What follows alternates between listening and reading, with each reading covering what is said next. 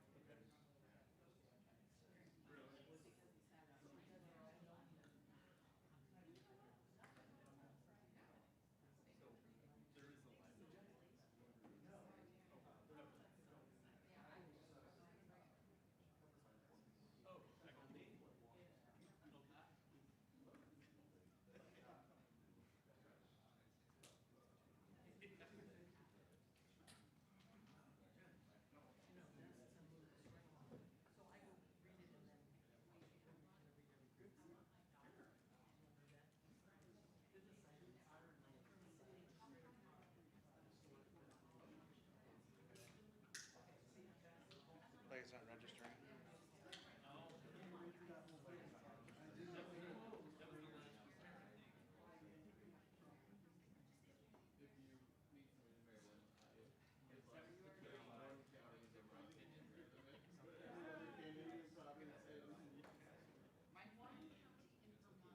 I don't know. I haven't really checked into it.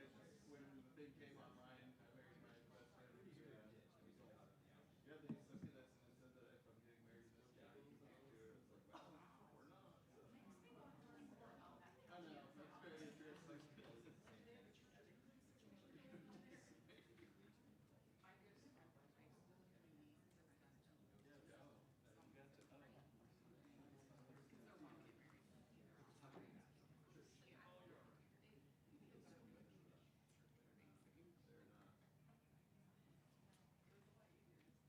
Good evening. I'd like to welcome you to the October 13th, 2025 Committee of the Whole meeting. Roll call, please. Blondie. Here. Ernst. Here. Johnson. Here. Martin. Here. McIntyre. Here. Moss. Here. Sluter. Here. Smith. Here. And now please rise for the Pledge of Allegiance.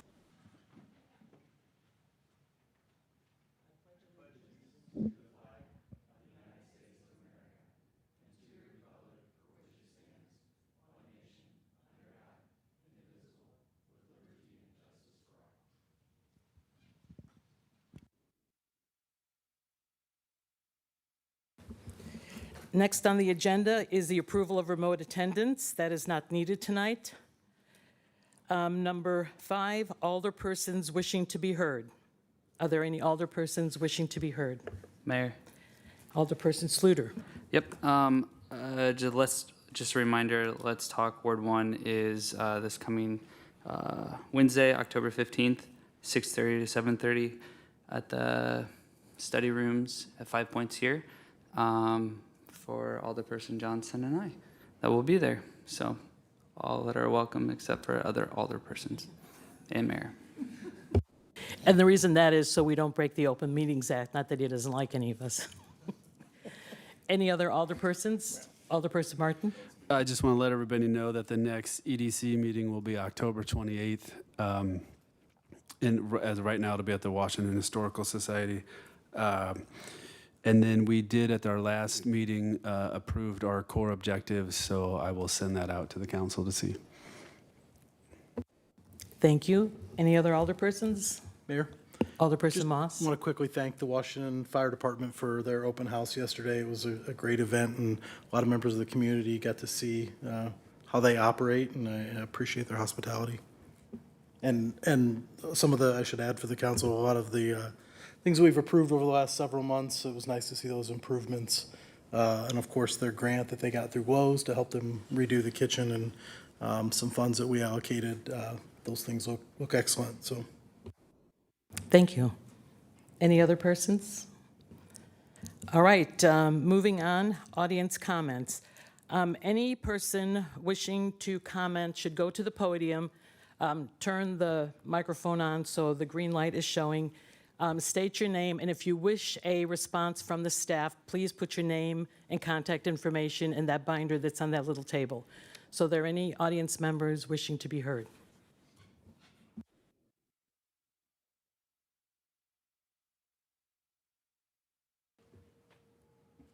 That's Are we perfect. live? Okay, perfect. My name is Ashley Cole, and I would like a response for the questions that you asked. Is that it?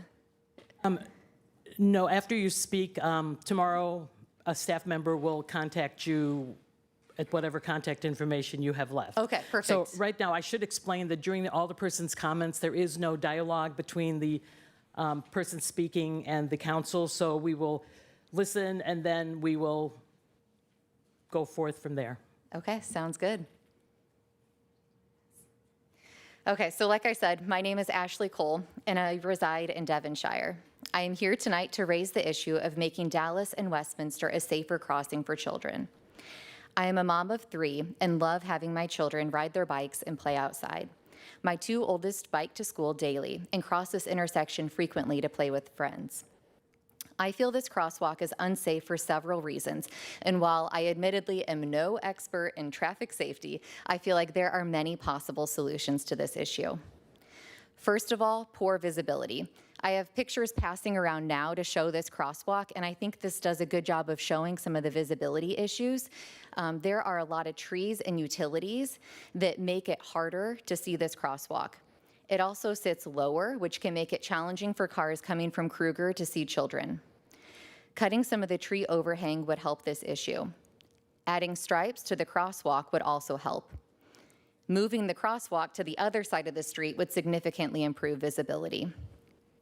Next, speeding. We all know that speeding is an issue on Dallas. There has been a sign that tells drivers how fast they are going on this road for years. People still go ridiculously fast on this street. I would encourage you to add speed tables to Dallas. Next, traffic. With the extension of Dallas Road, traffic has increased. While our family personally loves this extension, it has made this road busier than ever for our children trying to cross. There's a lack of curbs on Dallas. There's a section of Dallas Road between Westminster and Kruger that does not have curbs. Adding curbs would help improve this crosswalk visibility. Finally, cars simply just do not stop for pedestrians here. I have sat at this intersection with my kids with a baby in a stroller, and cars just zoom by. Adding a flashing sign to stop for pedestrians here would help. Now, I have previously reached out to Dennis Carr, seated here, city administrator, and was told that adding a yield stop for pedestrian sign at this crossing does not follow the manual on uniform traffic control devices. While I understand that we may not be able to add a stop sign, I do think that some of the previous recommendations would help. Dennis Carr also said, and I quote, the state law does require drivers to stop for pedestrians to cross, but this is something that sometimes seems lacking here in town. We have recently hired a communication specialist, and one of the items I will be tasking her with in the future is community education initiatives. Crosswalk safety is one item that I am wanting her to really attack aggressively with educational campaigns. While I truly appreciate your desire to make a communication campaign, I do think further action is needed. We think Washington is an extremely safe place and feel good about letting our kids ride our bikes around town. However, getting from the Devonshire area to the Trails Edge or Washington Estates area is a hurdle to letting our children play freely. While I don't have the latest census data, I would imagine that a large percentage of the children in our community reside in these neighborhoods. So in closing, I urge you, City Council, to visit this intersection and see the challenges. Now, I want you to imagine yourself as an 8-year-old just trying to cross the street to play with your friends or go to school, and these challenges of crossing are amplified. Thank you for your consideration. Thank you. Hello, my name is Wesley Conyers, and I am 11 and go to Central Intermediate School in Washington. And I ride my bike across Dallas Road from Westminster every day to play with friends and go to school. And a couple of weeks ago, I almost got hit crossing the road, and I had stopped waiting for the car. They had both stopped. One of the cars supposedly wasn't paying attention, so I was halfway there, and they started going and nearly missed my front tire of my bike. I hope you guys take safety measures to make this crosswalk safer for me and my friends and kids biking across this road to school and to see their friends. Thank you. Thank you very much. Anyone else?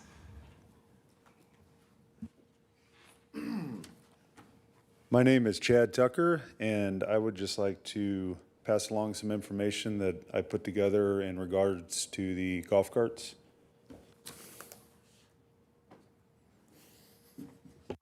Thank you. Anyone else?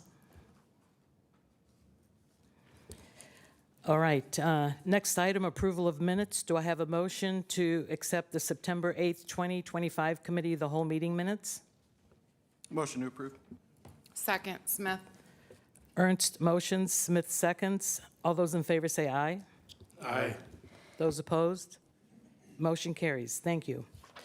So as you can see, we have a long list of business items, and I will introduce Interim City Administrator Dennis Carr to get us going and to finish it up. Thank you, Mayor. The first item we have this evening is consideration for the removal of one parking spot from 126 North Main Lot. That would be the lot adjacent to Brunks. And we'll kick that over to Mr. John Oliphant. Thank you, Dennis. Washington resident Cliff Vieira, who is in the audience this evening, recently purchased the former Brunks building. And he and his architect, Roxanne Ivey, are looking at different options for the eventual redevelopment of that space. It is a fairly large building, and if you've been in there when there are no products in there, as I was recently, it appears to be a lot bigger than what it was when Brunks was operating with its goods that it had in the store. The building itself is about 4,000 square feet, and it's about 120 feet deep. So it's larger than what most retailers, especially in a downtown setting, would like. And so among the options that they are exploring would be to divide the building in half so that the front half, roughly 2,000 square feet, would be one half and the back half would be another. Another option would be to keep that same 2,000 square feet in the back half and then divide the front into two different spaces. So the possibility of either 2 or 3 spaces compared to the single space that is there right now. In either of those options, they would like to have a secondary entrance to provide for access to that back space coming in from the north facade, somewhere approximately near the northwest corner of the building. And in order to do so, in order to accommodate that cut into the building, it would require the removal of one of the parking spaces in the city-owned lot adjacent to the property.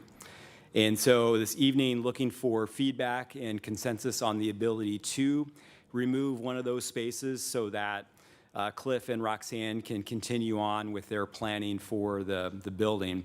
I do want to point out, because the building is in the Square Historic District, it also would require the approval through the Historic Preservation Commission. We wanted to start here as a first step to gain initial council consensus on this before eventually moving forward to the HPC once they've done more of their due diligence and have more formal plans drafted for the building. And so with that, would open it up for any questions or comments. Mayor, Alderperson Smith? I just have a question about the location of the door. The Wall Dogs put up a mural. Would that interfere in any way with that? It would not. That takes up roughly the first third or so of the north-facing facade, and this would be far back from that. And so they know that that would be a no-go to try to have a door or window in any of that space. Mayor? Alderperson Ernst? I would say I support the sacrifice of one parking space, especially if it's going to bring 1, 2, 3 new businesses to the square, fill a building that historically has had business there and is not, so. Mayor, I'm also in favor of removing one parking spot. Thank you. Mayor. Alderperson Sluter? Yep. I will just echo what Alderperson Ernst just said. It brings business to the square, more business. Sacrificing one spot would not be a major blow. So I'm in favor of it. Thank you. Mayor. Alderperson McIntyre? I also support this. Alderperson Blundy? Yeah, I have no concerns. Oh, everybody is on board, so, oh, sorry. Quick question here, that's all right. I see in both these drawings, the rear space, office professional services, is there some kind of restriction from that being retail, or could that also be retail in the future? It could be retail. The building is zoned C2, so it allows for a variety of office, service, and retail types of uses. The thinking with having that back space as more of an office type of use is just, it's more of a secondary type just because it's not right on the main drag. I don't want to speak for Cliff and Roxanne, but I think if there was the ability to get a retailer back there, they would jump at that opportunity. But just given the fact that it is in the rear part of the building, it's probably not as prime a location for retail as what the front half of the building would be. And no matter the use, one parking space is compliant with any ADA or code or as far as access? Yes, and ultimately, as the downtown, obviously, they're not supplying parking immediately on the property. None of the businesses around the square are, so they're reliant on other either on-street or off-street parking spaces. Yeah, I'm in favor as well, yeah. I do want to mention real quick that I butchered Cliff's last name. I had the spelling of it correct in a prior version of the memo. There's actually 2 I's in his last name. When I made a correction in the memo Friday morning, it didn't transfer the change in the spelling, so I apologize to Cliff for misspelling his last name. Okay, you have direction, correct? Yes. Okay, thank you. Moving on, B. The next agenda item, we'll back that up, is the state historical marker discussion for the Candlewood Bridge. We have discussed the state historical marker designations in the past. Mr. Ackerman has come in and kind of presented on some different things. The last time they were here, or the last time he was here, it kind of felt like the general consensus of council was for the Historical Society to kind of be the pusher on something like this. And so Jewel Ward with the Historical Society approached both the mayor and the staff to discuss the relevance of the Candlewood Bridge. And ultimately, they would like to seek council support on submitting the bridge for a state historical marker. And there is no definite time frame, so it's not something we have to do immediately, correct? It has like a 6-month lead time. It's a fairly low dollar expense. So I mean, if there was support for it, we could likely see a resolution anytime in the future. But I wouldn't want it put up until the bridge was repaired and opened back up. So there is a little bit of time, and there's really nothing that we should hurry about. Alderperson Smith?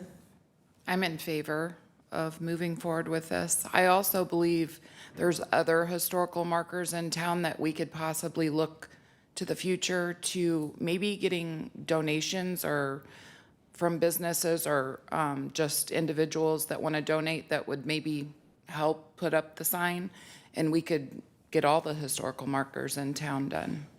I'd like to see that happen. Thank you. Alderperson Moss. You mentioned a small financial impact. What is that? What is the? If I remember that number, it was just under $6,000. Mayor? Alderperson Martin. I'm in favor of this. If we're going to fix the bridge, then I'm in favor of this. There is a lot of history to this bridge, which is, I thought this was pretty interesting. I would like to see the Park District over there in Candlewood Park to clear out a pathway if we're going to do this, to have some sort of landing so we could see the bridge better, so you're not just seeing it from the top. Maybe clear out some of those trees so you can actually look at it and make it something cool.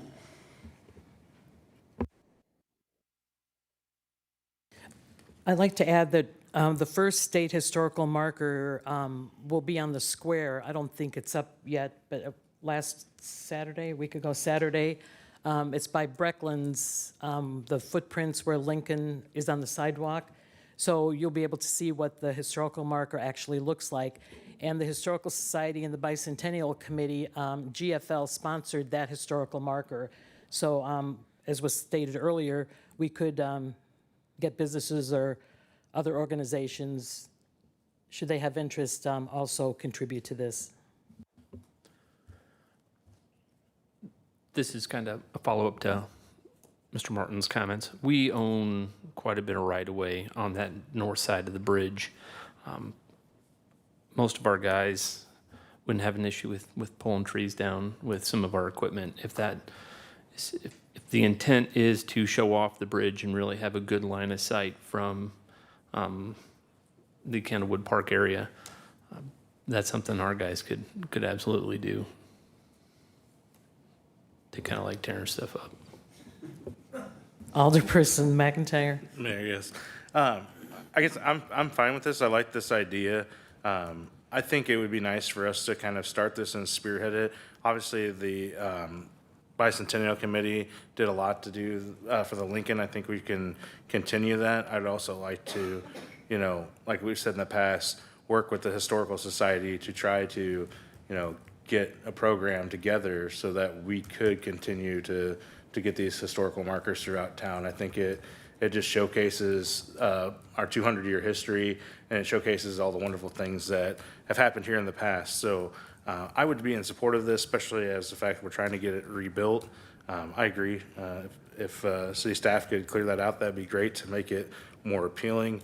But I think if it takes 6 months to get the ball rolling, I guess I would be in support of moving forward with this. We don't have quite the timeline yet when it's going to be repaired, Dennis. We just sent the signed contracts off to IDOT Thursday or Friday. I think we sent it out and it got returned back because apparently you can't pay for large envelopes now at your place. You have to take it to the post office. So it got sent back to us the first day, so we had to try again. So I think it went out Friday, but once IDOT gets the approval, then we'll get going on it. We are working through material submittals right now. Yeah, I think this would be a great opportunity to showcase it once it's fixed and redone, and then getting the marker out there. I think that could really be a highlight to kind of kicking off that celebration of opening it back up, or ribbon cutting, kind of all in one kind of thing. I would support that from the city council and kind of being spearheaded that, and then hopefully roll that on to the Historical Society to see if we could get businesses to support any additional ones in town. Again, I think it's good nature for us, and it would definitely help, again, draw some people to the area. And it's a beautiful area people have been wanting to have taken care of for a long time, so I would be in support of it. Are there any persons not in support? All right. Sounds like we're good to go. Next item. The next item we have on the agenda is the Washington Park District annexation of the 223 property discussion. And I will hand this over to Mr. John Oliphant again. Thanks again, Dennis. As we discussed at last month's Committee of the Whole meeting, there is interest from the Park District in potentially having 2 of the 223 property parcels added to the Park District's boundaries. The southern 2 parcels are currently in their boundaries. Those are by far the 2 smallest of the 4. And the other 2 parcels, namely the one on the north side of 24, which is about 30 acres, and the southern large chunk, which is about 188 acres, are not currently in the Park District's boundaries. The 30-acre piece could unilaterally be annexed into their boundaries, to the best of my knowledge, while the 188-acre parcel would have to get the approval through the city, at least to consent to that annexation. And so we were asked to bring this back to tonight's meeting for further discussion. I do want to point out before we look for any direction on this that the fiscal impact of these 2 would amount to $687 for each of the 2 for the 26 payable 27 tax bill. That's using the current tax rates for each of the different taxing bodies. That would be slightly subject to change come 26 payable 27, but that's approximately what we'd be looking to pay starting that first year if both those parcels were annexed into the Park District's boundaries. And so with that, would look for any feedback and direction on how to proceed with it. I would also add, and maybe I was looking at some shapes to try to draw something on a picture. So if I repeat what you said, I apologize. So the farm lease pays for the taxes on that property. It all goes into the same fund in the budget and comes out of the same fund. Alderperson Moss. So, understanding that we have a discussion later on the agenda here for the farm lease and, looking forward to that, is it possible we could delay the annexation by a year, giving us an opportunity to negotiate that additional expense into the lease? Thereby, as most property owners do with a tenant, passing some of the expense of the property tax, onto the user. Perhaps. My gut reaction to that is that any bids that we might receive in the next year for the 27 farm year, any of the farmers would probably just build that into whatever they would offer as a part of their bid. That'd be my guess. But yeah, we could certainly wait. And that's how that's done. It's like a sealed bid type process, a per acre lease rate that they're willing to pay? Correct, yeah. Starting in 26, if we were to continue seeking the farming activities on it, yes, that's the way we would do it. Okay. I guess in general, I'm in favor of trying to find a way to, support the Park District's annexation, but with, mitigating the financial impact, however small it may be. But, and if that's a way to do it, I'd be open to that. Mayor. Alderperson Ernst. I would say I don't think my mind has changed since the last time we discussed this. I think it's admirable to look for ways to lower tax rates in the city. But the way I understand this, and correct me if I'm wrong, that no taxes will be raised in order to pay this. It comes straight from the farm revenue. Is that correct? That is correct. So we did receive a little bit more than $72,000 in the last fiscal year. And so if we were to receive that same amount of money, the $687 would just come out of that. Sure. Okay. Yeah. So like I said, I think my opinion still stands. I think we should move forward with the annex. I believe Mr. Martin thought that we should wrap this up before the year's end, and I think I'm in the same boat there. Mayor. Alderperson Johnson. Yeah, I agree with Alderperson Ernst that, especially since our last item was talking about spending almost $6,000 on a historical marker, I cannot get upset about $687 out of the farm revenue. If there is benefit to the Park District to doing this sooner rather than later, I have no problem moving forward. Mayor. Alderperson McIntyre. Yeah, I would concur, again, with Alderperson Ernst. Again, I think we discussed this last time. I'm in favor of this. I think it's money that should have been being taken already. I don't have a problem with it. I know it is a portion that, takes out of what we are getting in revenue, but again, it's our property, we own it. I think this should have been taken care of years ago. I think we're doing the right thing by moving forward and paying the taxes that, again, should be paid on it. Alderperson Blondie. Yeah, Mayor. So there was, I think I can't remember if it was an email or we talked, but or whatever, but the option for like a rebate back from the Park District, is that an option to set something up like that where they would give us the money back? Legally, yes, it is an option. And I think that discussion has been had with Mr. Tibbs at the Park District, and they didn't have any objection to that. Okay. So I mean, I guess I'd be okay with doing the annexation, but if they have no objection to the rebate, I would say give it back. It's clear to me the overriding goal is to get it annexed, before any other development actually occurs. The farm revenue, the tax rate is low, and that's what we're talking about, how low it is. But imagine, the amount of revenue if that's fully developed. It would, be very significant for the Park District. So they want to button down the annexation now. Okay. So to me, that would be kind of a good compromise deal with them of, okay, we'll give you the annexation, but give us a rebate back while it's just farm ground. And if it gets developed, then we can change that. Yeah, it's certainly an option. Mayor? Alderperson McIntyre. Sorry. Right. Go ahead, Bob. Okay.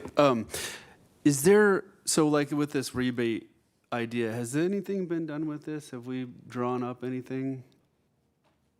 So if you remember from last time, my firm represents the Park District, so both parties had to waive, the conflict, but the Park District has drawn it up.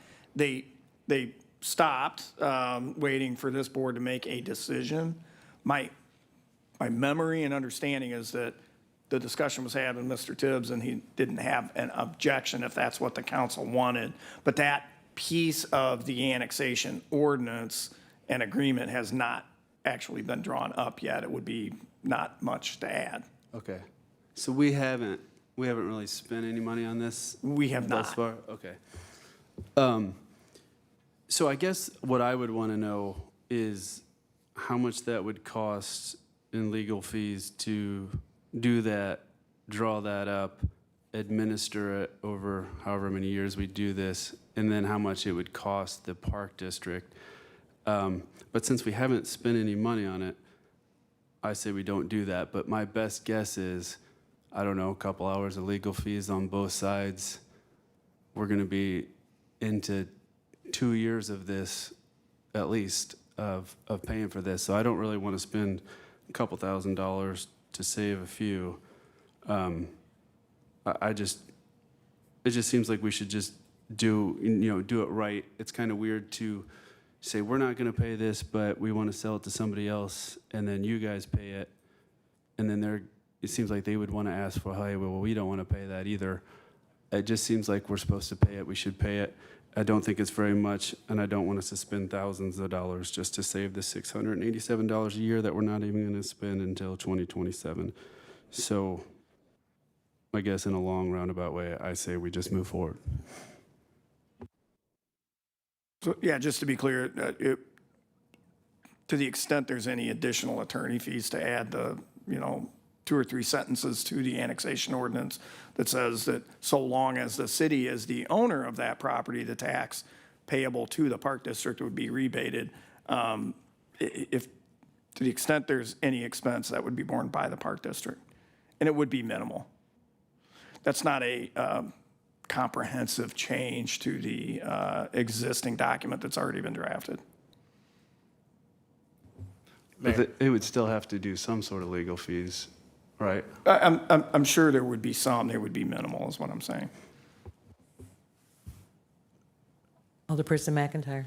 I guess my question is, and I know it's not in front of us, and so there's a tax bill on this property, and the tax bill includes the taxes from the city, the taxes from other taxing bodies within the community, such as the school districts. The park district is now asking for that, and if there's a township or any of those things.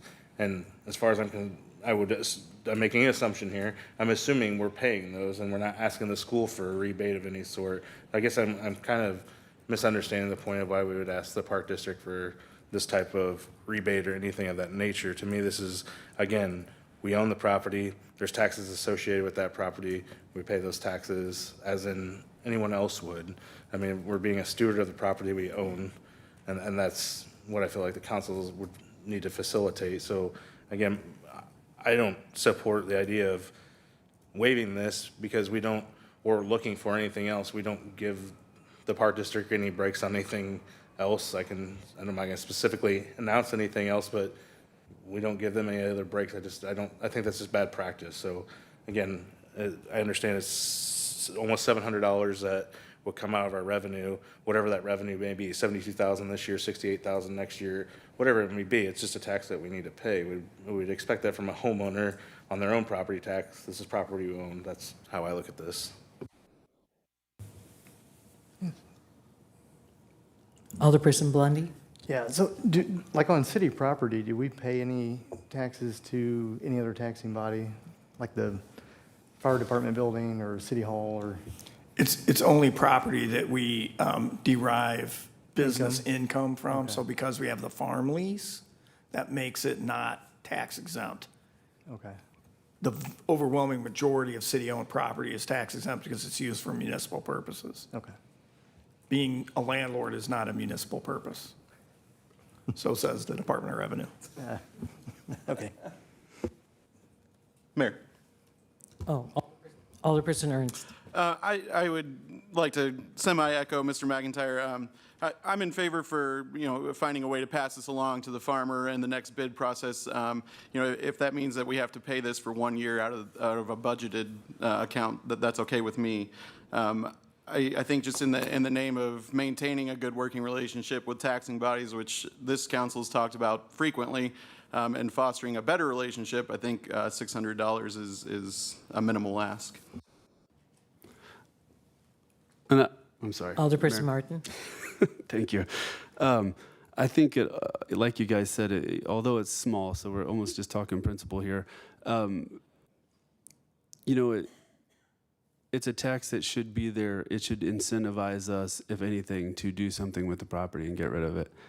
And I also think we could ask the park district to use that money to make a landing pad for the bridge or clear out some area. There's plenty of other things that they could do for us.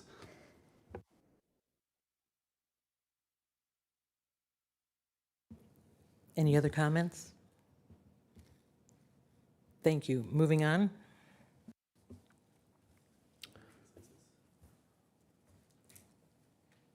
I thought I was hearing 5 in favor of moving forward. Would you like to do a quick poll? Well, there's two questions. Moving forward with the annexation and then moving forward with the rebate, because I believe there are two questions. So how about, if you're in favor of moving forward with the annexation, go ahead and put your green light on.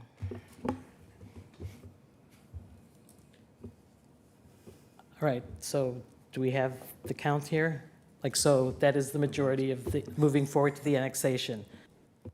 Okay, turn your lights off. So those of you who are in favor of requesting that the Park District rebates the tax, put your light on. So that's two, which is not the majority. So apparently the majority are in favor of the annexation with the one taxing body paying an additional tax to another taxing body. Is that what you needed? Yes. The next item on the agenda is the revised solicitation ordinance discussion. This one I'll hand the floor over to our legal counsel. Thank you. So this is something that we spent a little bit of time with, and what we did was pull from probably several different communities that we serve and some that we don't, that we just have public access to. But just based on comments from when we last discussed this and our experience over the years of the actual implementation of these ordinances, we put this together just as our best recommendation for what we think the city should adopt. What I can tell you is there's probably a lot of questions, why this and what about that? Probably my answer to the overwhelming majority of those questions is going to be the First Amendment. This is throughout this fraught with First Amendment issues. Solicitation, communication, the right to, speak your, piece is woven throughout this. Even areas where you don't think the First Amendment would be implicated, it is. So, probably the most publicity in the First Amendment realm in the last decade or so has been panhandling. It is a First Amendment right. You wouldn't think that the asking for money at an intersection is a First Amendment right, but it is, according to the U.S. Supreme Court. And so a lot of these, like exemptions from registration and permitting, are strictly based on what we have to do under the First Amendment. So some things are, we have some discretion and some choice in. Others, we really don't under the First Amendment. So having prefaced everything with that, I'll get my little recorder and play it. First Amendment? No.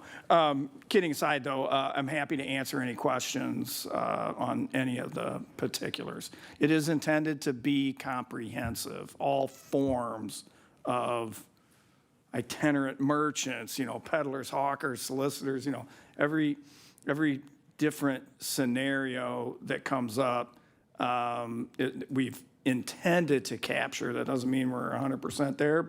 So if we're missing anything, let us know, but we'll open it up for comment. Mayor. Alderperson Johnson? Okay, so I read this, and then I read it again, and then I read it again, and my head was spinning. So if I could please just, I just wanted to check my understanding. So a transient merchant, would that be like a Spirit Halloween that, like, takes up a storefront that's empty, like the one in Big Lots or something? Because I read the description several times, and I'm a pretty good reader, and I don't think that it's intended for a short-term actual brick and mortar tenant. This is more the tent in the parking lot where they sell fireworks for, close to the 4th of July. It's not, a permanent structure, and it's not a permanent business. But, we'll look. So any person transports tangible property for retail sale within the city. okay. Then I was confused between the difference between a transient merchant and an itinerant vendor. That was Yeah, I think that it's probably fair to say that a transient merchant, those temporary stores like the Halloween store might qualify as a transient merchant. Okay, and then like the fireworks stand would be more of an itinerant vendor? Yes. Okay. All right. Yes. I just wanted to double check that my command of the English language was still intact. Thank you. Nope. Again, the idea is to be comprehensive here, but that doesn't mean that we can't. We wanted to give you like everything, and then it's easier to peel stuff away than to come up with, although we will probably inevitably come up with things that we didn't address. The goal was to address everything. No, I appreciate that. Sorry, I'm not meaning to be snide. No, that's okay. That's okay. I was just making sure that I understood. In preparation for the meeting, I started to go through it, and I'm like, I'm not going to memorize all of this, so I'll have to go on the fly. Got it. Thank you. Mayor? Alderperson Moss? A few questions right off the bat here. Under permitting and exemptions, B, individuals under the age of 18. Is that something that's required by? That was something that we discussed at the last meeting. We wanted the high school football, fundraiser type things. What I fear there is that people will find that as a loophole for their, Yes. door-to-door by employing 17-year-olds to, demonstrate a vacuum in my front foyer. I do have personal experience with young salespeople knocking on the door with no license and no, anyway, it could be a problem. So that's the push and pull, is trying to not be overly burdensome on JFL. Yeah, and But at the same time, not allowing groups that, utilize youngsters as their sales force. But we did have a exemption in here for not-for-profit charitable organizations, et cetera. So Correct. wouldn't JFL scouts and things be? Yes, and yes is the easy answer. Plus, a lot of this is in the application too. So, we use at City Hall, whoever's, issuing permits or making the decision as to whether somebody is not in compliance, we hope to use good discretion. Okay. Yeah, my reservation there was that, there would be exploitation of young people by employing them to circumvent permitting requirements and such. Right. So, That is absolutely a legitimate risk. yeah.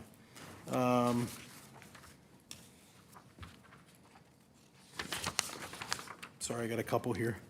Going all the way to section 16-98 of the ordinance, section C, subsection B. Applicant has not been convicted of a felony or any crime that involves theft, embezzlement, fraud, or dishonesty within 5 years as grounds for rejection of a permit. Yes. I would be an advocate of that being longer than 5 years. Just 5 years seems pretty recent. If there was someone had a felony and for theft or fraud, they might be fresh out of jail in 5 years. So just, Sure. seems like we could be more vigilant in protecting our residents in 5 years, I guess, would be my point. Going all the way to 16-106, manner of operation, section A, subsection 2, says that for religious or political purposes, they are also to kind of abide by the no solicitation list, whether or Yes. not such premises display signage. So that's to say that a religious organization or a political candidate would have to seek that do not solicit list and abide by it, even if there's no signage present. They should, but again, it's going to be complaint-driven and enforcement with discretion.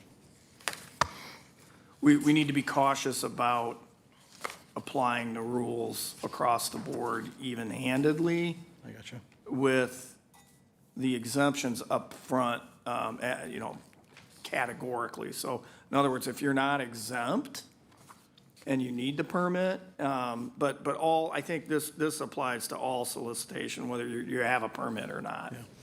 You gotta comply with trespass laws. If somebody, asks you to leave their property, you need to leave their Sure, property yeah, and but- all of that. Yeah, okay. That one just, was beyond maybe a trespass because it would be, put the onus on a religious organization or a political candidate to visit City Hall, get the list, and be aware of that, which, probably isn't very I realistic. think, and again, in my experience, the way most communities that have undertaken this, it's complaint-driven, and you remind people, hey, we do have rules against this. I know it's kind of a pain to get a big list and try to, ferret out all the addresses that you can't knock on the door, but technically that's what's required, so, be decent about it, right? Two more quick questions. Yeah. I don't want to keep it moving. Section 16-109 revocation.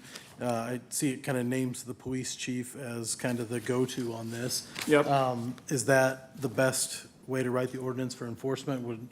Would it be to, like, you know, have officers who encounter a hostile solicitor or whatever it is, or someone who's not abiding by the rest of the ordinance, be able to revoke that, or does it need to go all the way to the Well, chief of police? ultimately, the revocation decision is going to happen on the spot.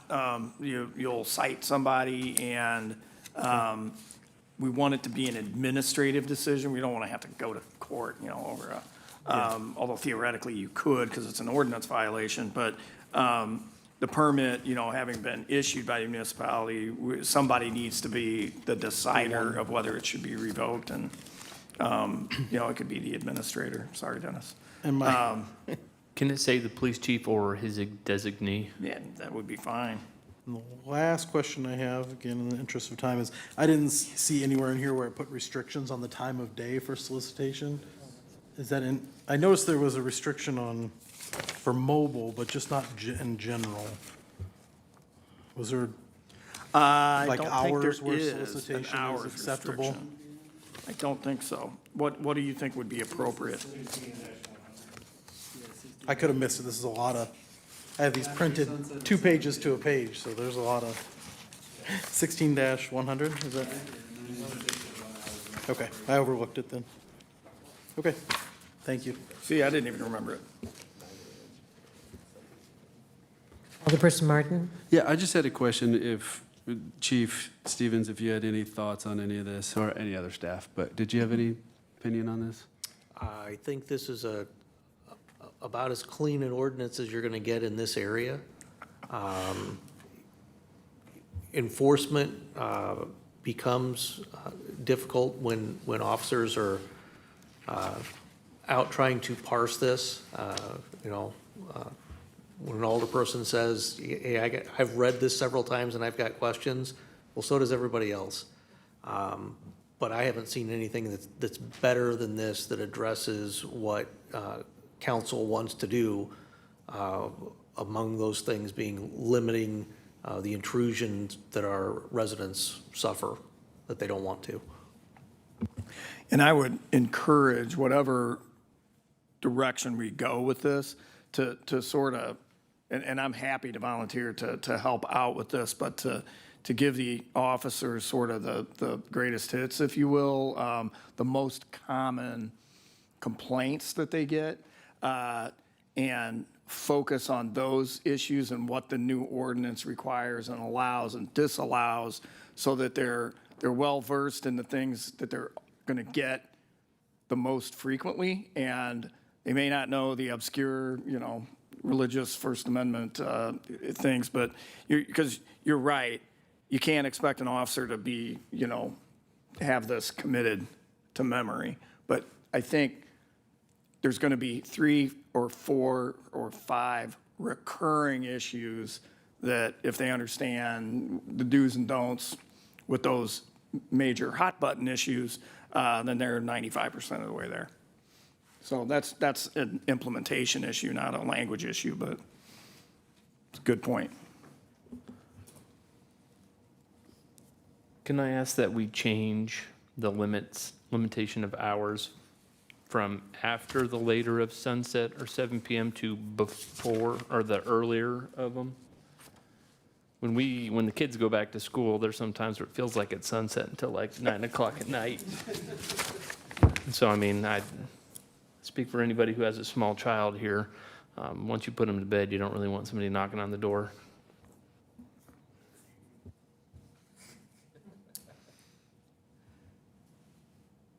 So earlier of sunset or 7?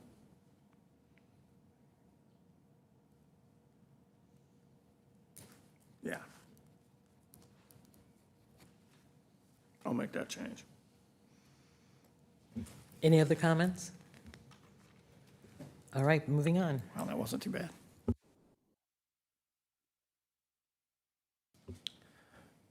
The next item on the agenda is the Health Insurance Renewal Intergovernmental Personnel Benefit Cooperation or Cooperative IPBC discussion. And for this one, I'll hand the floor over to Joni Baxter. Thank you, Dennis. In 2017, the city joined the Illinois Personnel Benefit Cooperation, or IBPC for short, which is a municipal mainly municipal co-op of, throughout the state that provides health and life insurance and also dental and some other things, but we primarily do health and life insurance. So we joined that in order to attempt to contain costs. Our costs, we were starting to see increase with our partially self-insured plan that we had. So we joined the IBPC to also have access to health and wellness related resources. As you can tell, I kind of have kept a running total of increases and decreases, and we did see, you know, quite a few years of decreases, which helped to keep our premiums low. And the council also recognized that, you know, having a really robust benefit plan, including low premiums, is very important and crucial recruitment and retention tool. And it helps us to remain competitive with, you know, other communities that maybe can pay higher salaries, but we have excellent benefits. So that has been a real benefit of being in this program and kind of allowing us to do that. So this year we did have the renewal come in at an 8.6% increase. And when you apply that to the previous increases, for the first time, actually 2025 was the first time in 8 years that we actually had a positive. So up to 2025, we were actually paying less in insurance than we were the previous 6, 7, 8 years. So last year was just a modest, I think, 2.5% increase. The council agreed to keep premiums the same. This year, with the 8.6% increase, it does get us to an 11.56. Again, that's a 9-year period with an average increase of about 1.28%. So we just want to bring this to your attention and talk about where we would like to go with premiums. From a budget standpoint, the initial increase that we were looking at was 10.8. So I did include a 10.8% increase for 4 months of the fiscal year because this is a calendar year renewal. So there will only be 4 months, and then we can budget for the remainder next fiscal year. So there's actually, you know, more than sufficient budget room for this increase. So a couple of options we wanted to provide are obviously just to keep the premiums unchanged. Again, recognizing the value of the benefits, which we do believe is important recruiting and retention tool. But then also we could look at an increase equal to the increase for the 2026 year, which is the 8.6%, which would equate to a $20 per month for family coverage or $9 a month for single. So still fairly reasonable. And those are the options we wanted to provide for consideration of the council. This would then come back next week for approval at the city council meeting, and then those any changes that we made would be effective on January 1.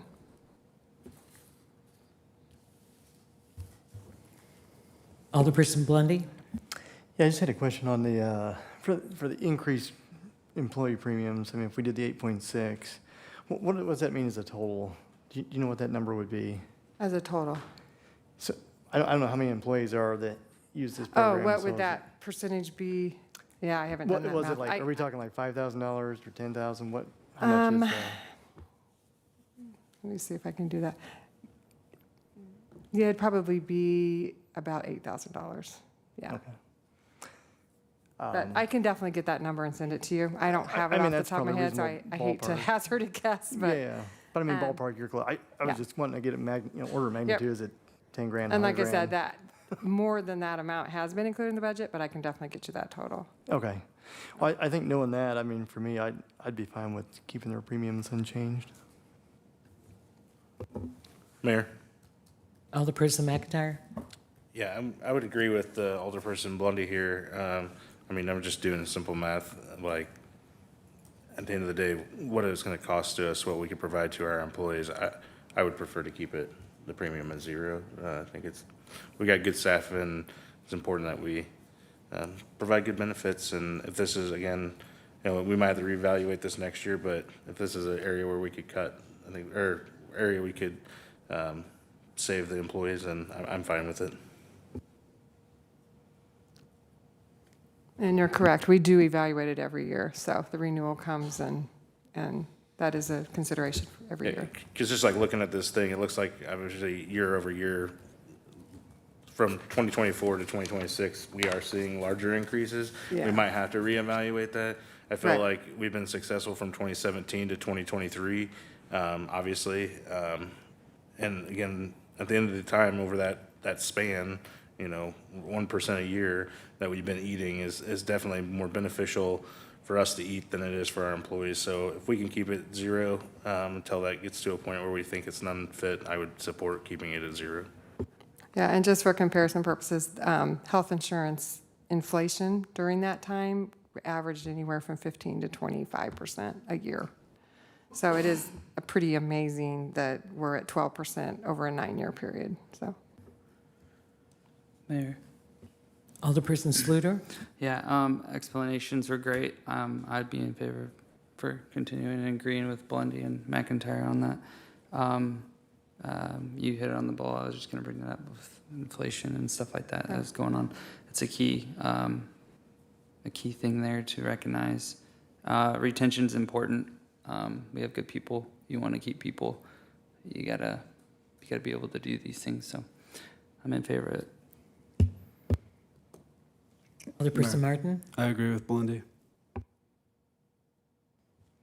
Alderperson Moss? I'm good with this as well. Just one clarifying question. Is this all city employees? Does this include like union employees, or is that a Yes. different plan? Or Yes, this is all full-time employees that are eligible. Well, I shouldn't say full-time. All employees working more than 30 hours a week that are eligible for health insurance. So unions, everybody pays the same. Yep.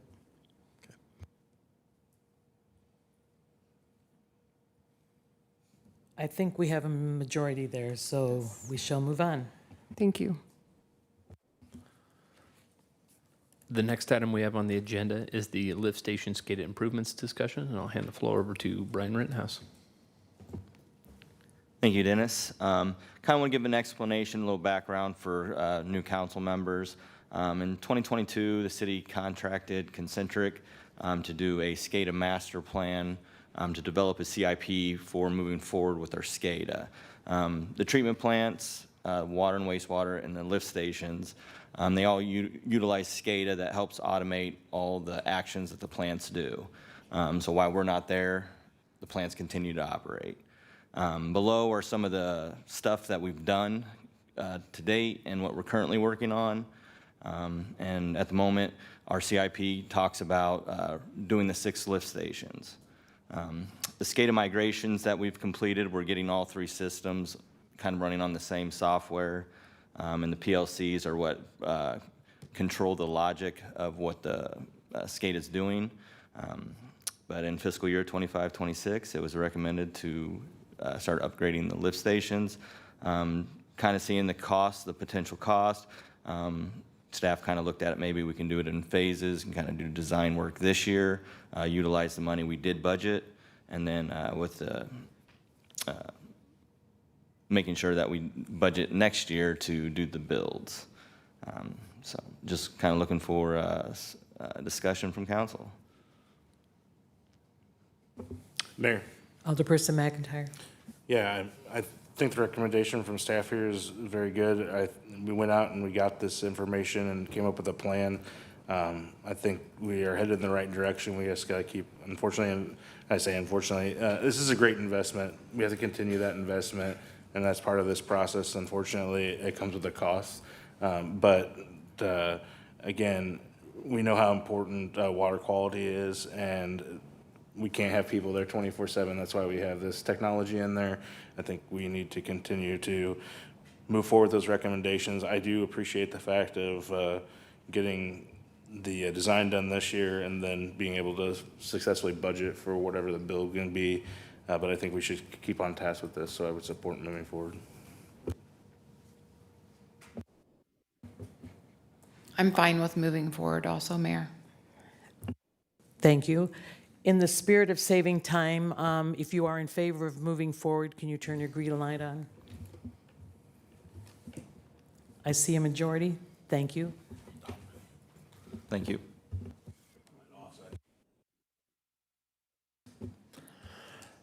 The next item we have on the agenda this evening is the 2026 223-acre property farm lease discussion. And I'll hand the floor over to John Oliphant again. Thank you once again, Dennis. As discussed earlier with the 223 property, we have had a farm lease agreement with Aaron Verkler since 2018. The current year is corn. Next year would be soybeans. The current agreement we have has 2 mutual 1-year options. We are in the first of those 1-year options. The second one would come up next year. Mr. Verkler has indicated that he is interested in continuing to farm on the property. The agreement states that the city would be paid a base rent of $376 per acre. There is also a profit sharing agreement based on the productivity on the property in any given year. There is a possible reduction or increase cap on that would allow for it to either increase or decrease by no more than $36 per acre in any given year. And so therefore, we can receive as little as $340 per acre or as much as $412 per acre, depending on the productivity of the property. So seeking consensus on moving forward with the second of the 1-year options, and if there is consensus on that, we would bring a resolution forward to the council to approve in the near future. Mayor, Alderperson Smith? have we always had a lease terminate date prior to this? For the last handful of years, we have had language written into the lease that allows for the city to terminate it should there be development demand on the property that would require that construction begin shortly thereafter. I'm in favor. Mayor, Alderperson Martin? I think this is a really good deal. I think this is a solid, fair agreement. So I'm all in favor of moving forward. Alderperson McIntyre? I concur. Alderperson Johnson? I also agree. Agreed. That was Alderperson Ernst and Alderperson Moss. Quick question, unless I missed it in here, where do we get any kind of market data on like what a good per acre lease is? Like, how do we assess the Soybeans are the terrible right now, desirability don't of sell. it? I haven't looked at it recently. When we were receiving bids, this would have been 4 years ago now, this was pretty competitive. I couldn't tell you what it is lately, though, to see if this is kind of in line with what we would anticipate if we were to rebid this currently.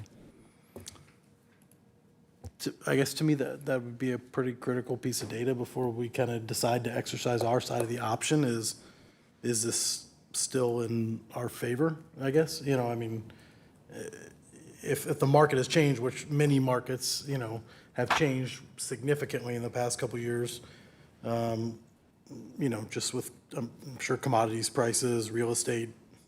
So, you know, any more information that could be provided on that, of course, I'm not, you know, asking for that on the spot tonight, but if there is some more data on that, I would love to see that before I would be, you know, I'm tentatively in favor, but just kind of a temperature check to make sure it's still a good deal for the city. Alderperson Martin? I can tell you personal numbers, but I'll do it on the side. I don't want to do it in public, but this is a good deal. I would also advise that as well on the side. And we have a majority, so the consensus is to move forward. Next. The next item we have on the agenda this evening is golf carts on city streets discussion. I'm not really sure who, staff-wise, will want to take the reins on this one, but largely this is a discussion that has been had kind of on repeat over a handful of years. And so tried to draft a memo that was a little different. And so Jeff pitched in a handful of information. I shared some stuff in there. Largely, we're wanting to open the floor for some general discussion at the council level to see if there is a desire to move forward. If so, staff can get to work in trying to prepare what something like that might look like. But if there isn't an appetite, then we can lay it to bed for a little while as well. So we're just kind of looking for some discussion. Chief Stevens? Thank you. I did want to point out there were two items that I sent to Dennis in my haste that were wrong. So these are my errors, not his. First is the requirement regarding liability insurance for off-road vehicles.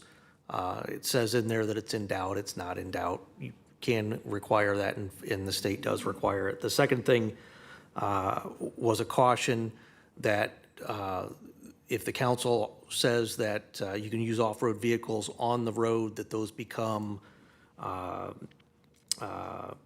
intended and permitted users of the roadway, and that is not correct. There is a carve-out specifically in the statute that says that they're not to be considered intended and permitted users. So that affects liability. The rest of it, to my knowledge, is correct. You have to determine under state law that use of the roadway by these vehicles is safe in order to authorize it. In the spirit, again, of saving time, I think there are two questions. One, do we allow golf carts in the entirety of the city? Is anybody in favor of allowing golf carts in all of the city of Washington? Put your green light on. Yes, and the second one would be if you are in favor of specific areas. So there's a map that's included in this. So specific areas, for example, areas where the traffic isn't as heavy that you wouldn't, could you explain this crossing the red lines and all that? I probably can. Oh, sorry. Yeah, so looking at some of the different towns around us, a lot of them have speed limit based ordinances. A lot of the towns around us are also a lot smaller than us. Kind of looking at some of what we have versus what some of the other towns have. A lot of the other towns have a lot of gridded roadways. We don't necessarily have that. We have a little more kind of lengthy stretches. So instead of looking at speed limit, I wanted us to take a look at the vehicles per day.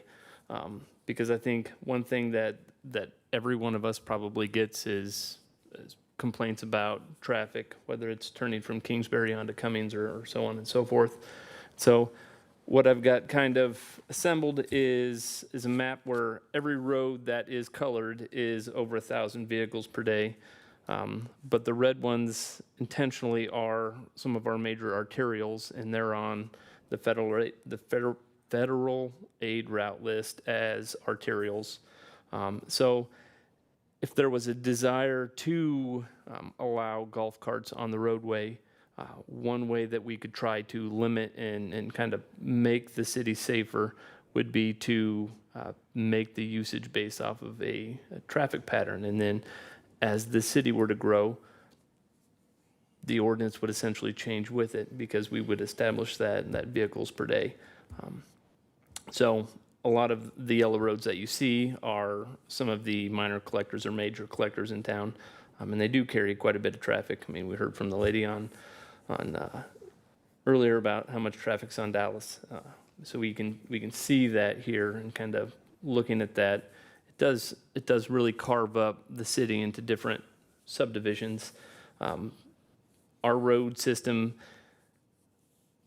designed, kind of looking at some of those yellow roads, we have a lot of teed intersection or offset intersections, so it does really limit, if we were to put it as, you can't drive on the yellow and you can't cross the red, it would really carve up the subdivision into more of a, you can have them in your subdivisions, but we don't necessarily want you driving around town.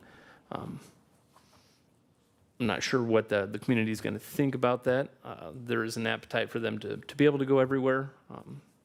But if staff were to make a recommendation, if council were to want to move forward with golf carts, our recommendation would likely sit somewhere along this map.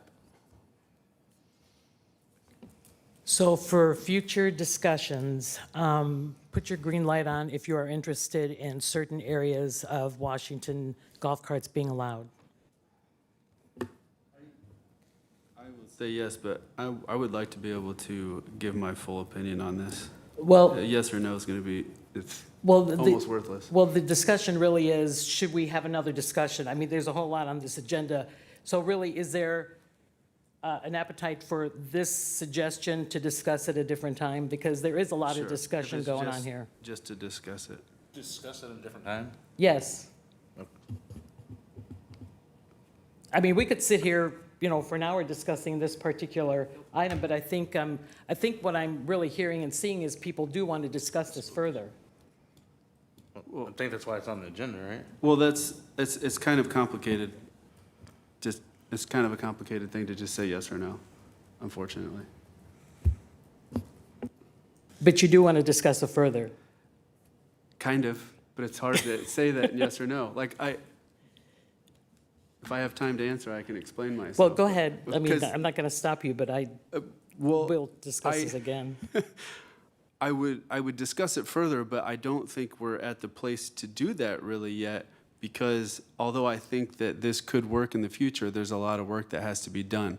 So somebody else had put some work into this, and I think there needs to be a group or something, so maybe we discussed that, somebody that can look into this, because I think the only way this works is if you did some sort of like three-phase approach, where you're going to do things like Pine Tree Drive in different little pockets, and then you could move to another phase.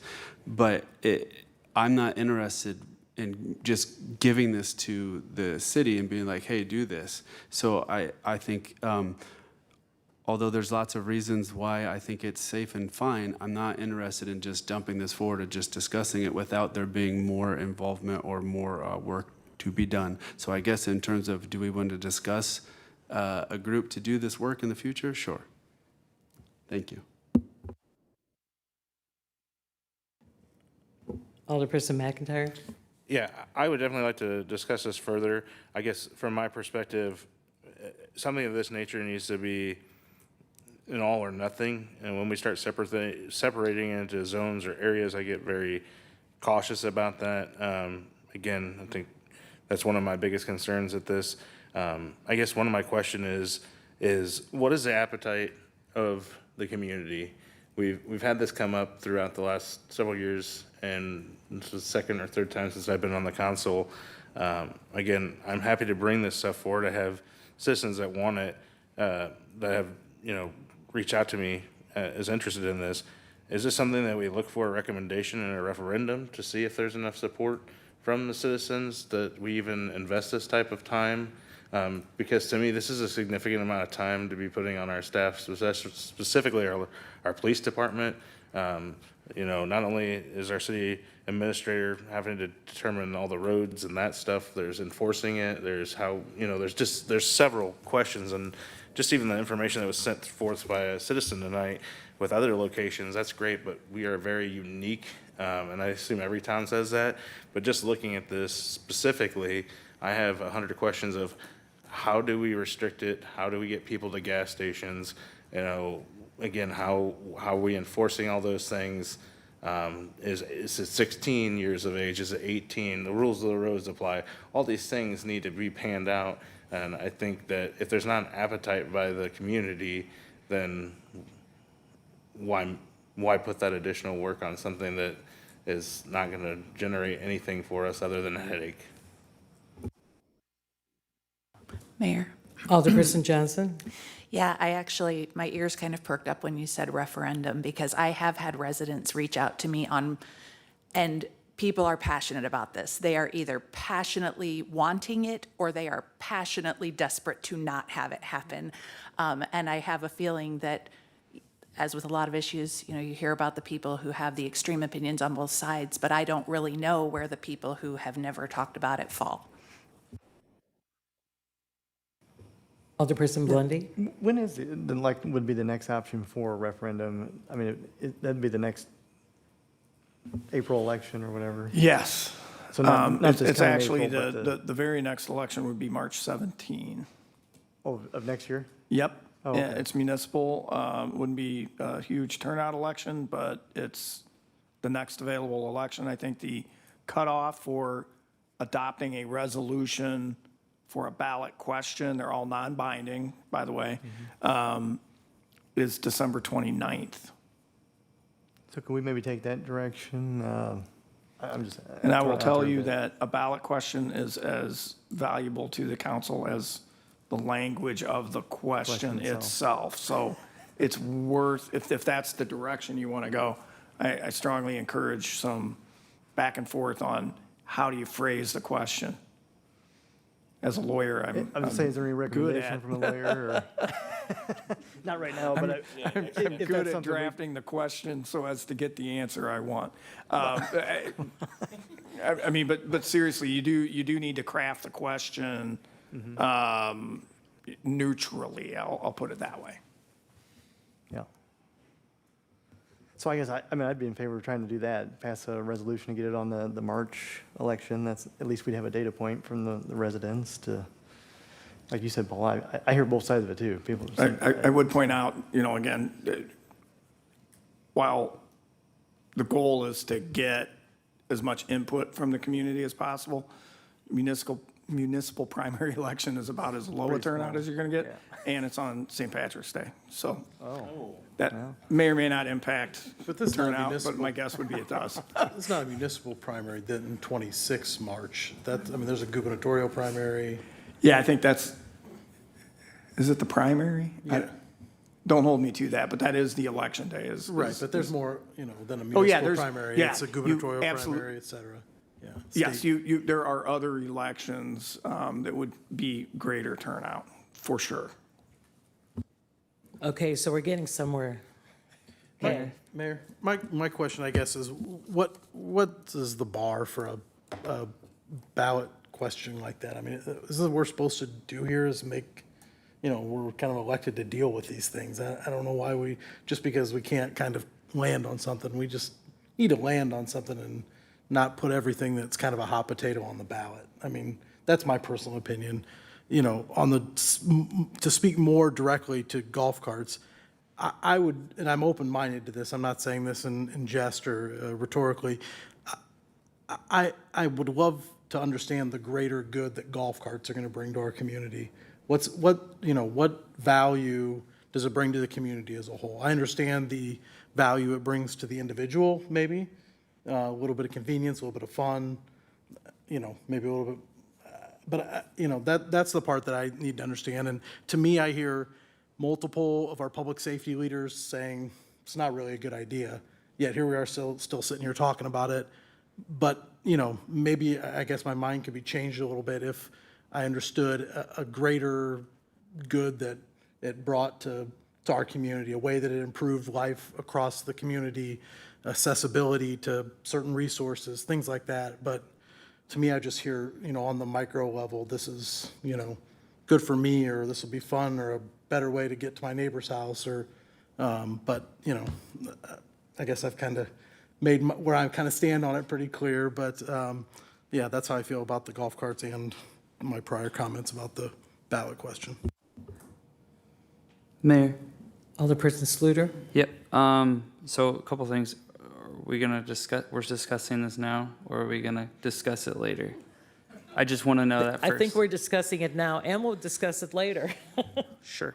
Okay. So as we talked I think last time this was brought up, my biggest complaint that I get from a lot of people, even in our Let's Talk Ward 1, is scooters and things like that already on the roads that we're discussing, golf carts and putting another thing on there.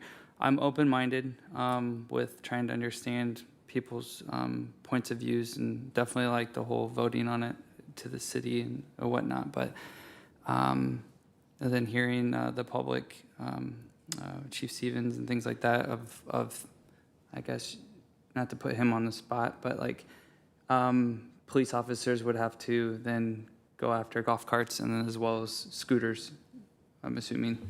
The nice thing is the golf carts are slower than regular cars, so You catch it makes them. it a little easier. So I just have a lot of woes. Now individual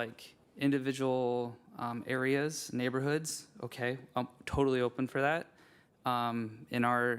Speaking for me, in a neighborhood in Devonshire and all that, I mean, it's pretty busy, and I'm already dodging scooters and kids coming out of the park out of nowhere. And I've heard that, not just my personal aspect, but other people around in the neighborhood. Me mowing my lawn and just looking around. It's a zoom. But I just have a lot of questions about that. But definitely open-minded to switch my mindset on that. But that's what I'd like to bring up in that point. That's all I got. Mayor? Alderperson Ernst? I think I said this the last time we discussed this. I probably don't ever intend on owning a golf cart. I don't know that that means that my neighbors shouldn't. I kind of agree with you, Mr. Moss. What value does it bring to the city? But then, as you spoke, maybe the value is, the fun or the accessible to your neighbor's house. I don't know. Much like city chickens, I don't think I'll ever own one, but I don't think that a law-abiding citizen in town who drives their golf cart appropriately, obeying the laws, obeying the ordinance, should be barred from that. Alderperson Martin? Yeah, one final thing. The gentleman who brought in his paperwork, if you look at it, he has 12 points of benefits of legalizing golf carts and community and economic benefits, if you want to look at that. Clerk Brode, could we have that attached to the minutes, the information that man, Chad Tucker brought? Usually, the document needs to be read aloud in its full to be made part of the public record. Would you like me to read it?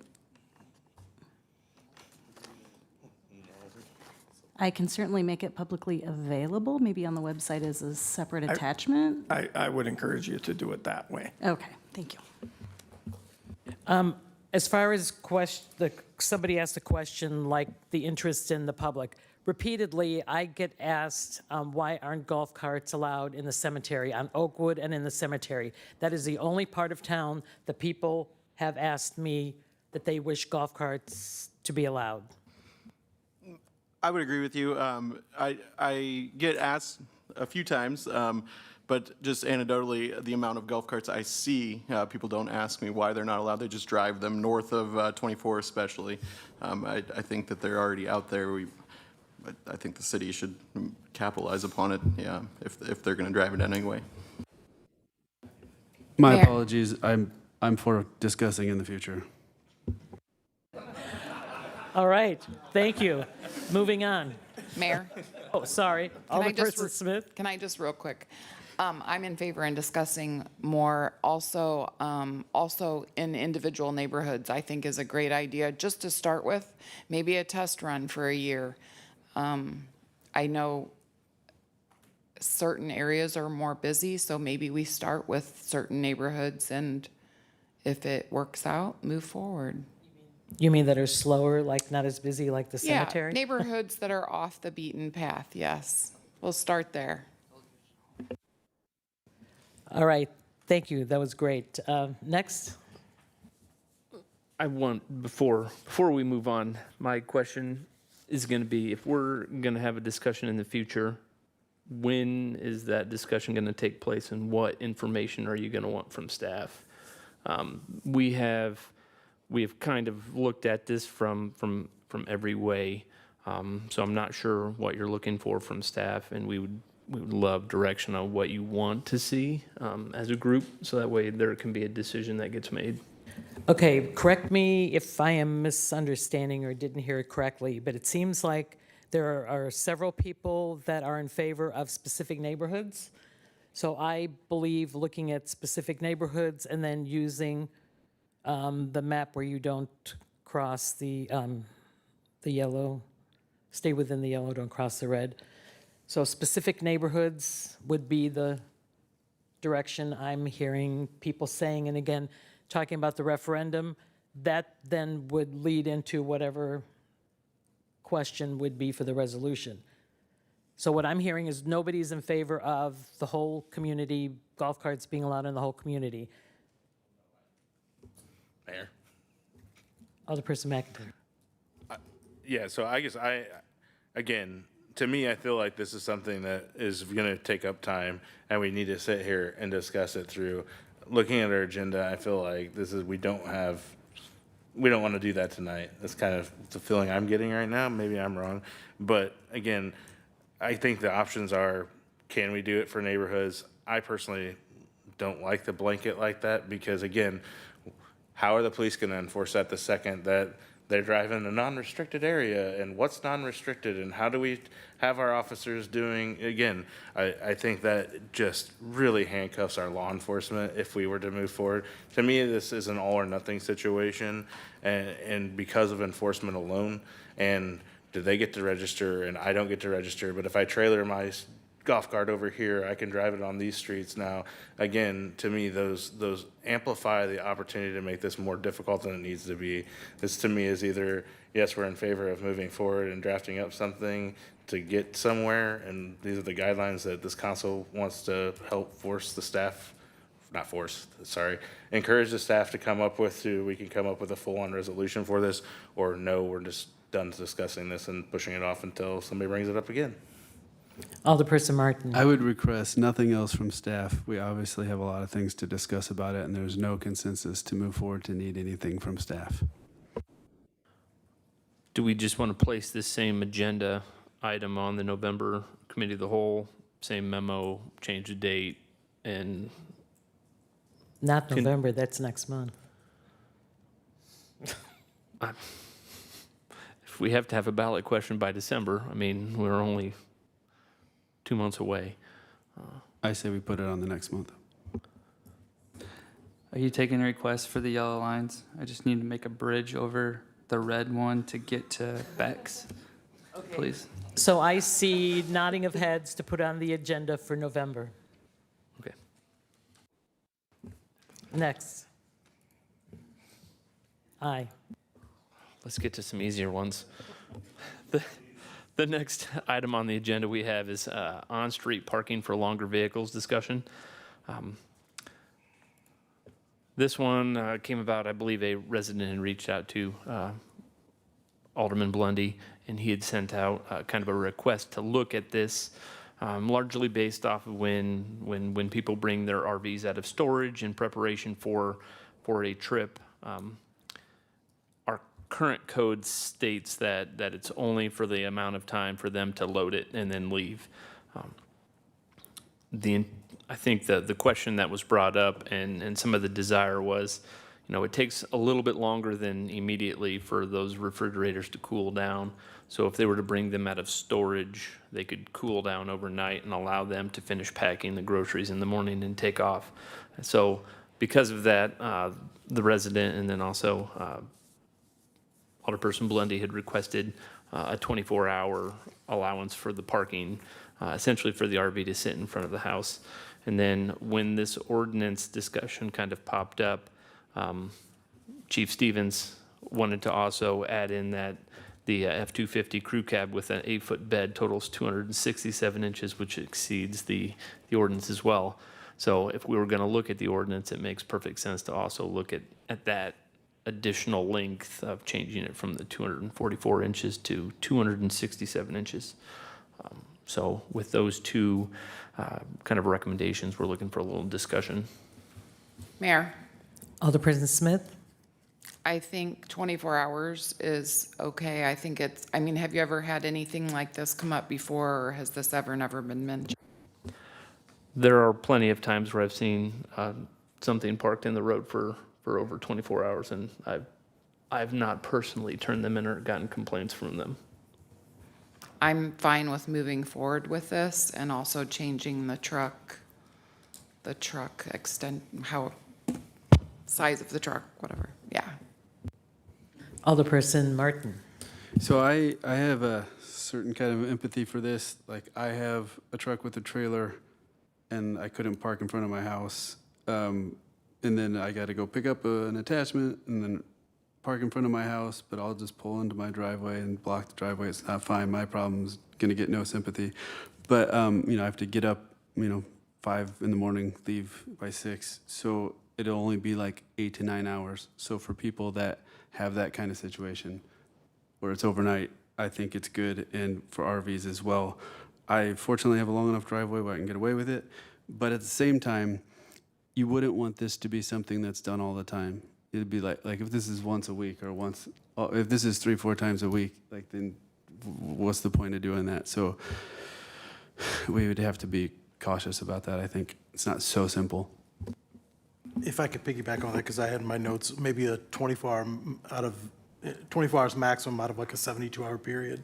I thought that same thing too, that there could be a loophole here, right? You go move your RV and you bring it back, well, it's a new 24 hours, just to avoid anything like that. But I like the ordinance, I like the sentiment, so.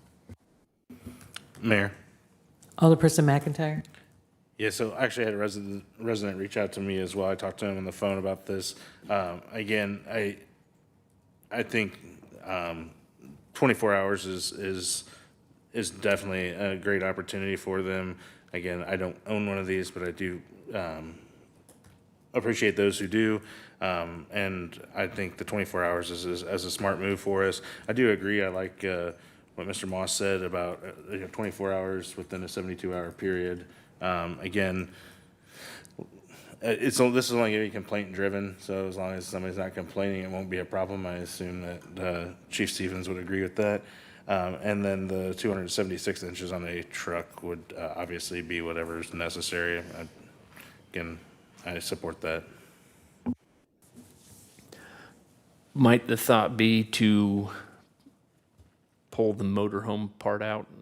As you guys are discussing the 24 of every 72, I got drawn to the semi-trailer and the potential of every weekend somebody coming home and dropping their semi off in the road, and then for their rest day. And if that is kind of on loop, does that become a little bit? Is a semi-trailer allowed for in this verbiage? I mean, it says semi-trailer in our ordinance.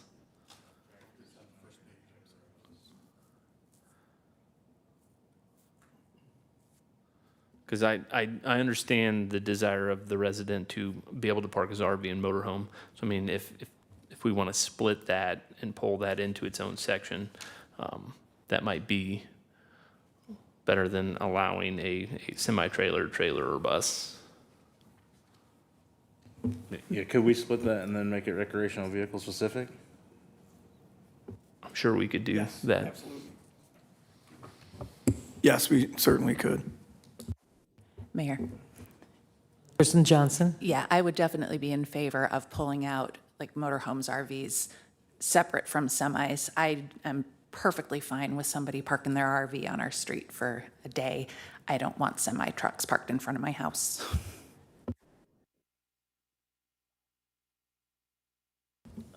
Alderperson Blondie? Yeah, I'm good. I like those changes, so I'm certainly supportive of it.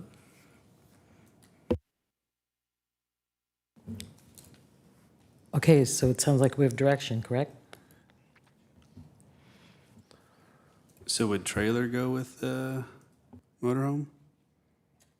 Leave out semi-trailer and tractor and bus, but does trailer count? The only concern I would have is if it was a work-related trailer. So if a plumber were to come home and park his trailer every night, he's not there for 24 hours, but, I mean, it would... Yeah, recreational or once a month. Mayor? Alderperson Johnson? Would it be possible to phrase it in some way such as like a personal use pull behind trailer or something like that? I don't know. I would strongly encourage us to disallow the commercial trailers. So that would be the difference. You can get into the weeds on what's commercial and what isn't, but it's a Yeah, I little agree, easier. 'cause I would be putting a tent on my snowmobile trailer once a year if necessary than for it to be an RV, so. Yeah.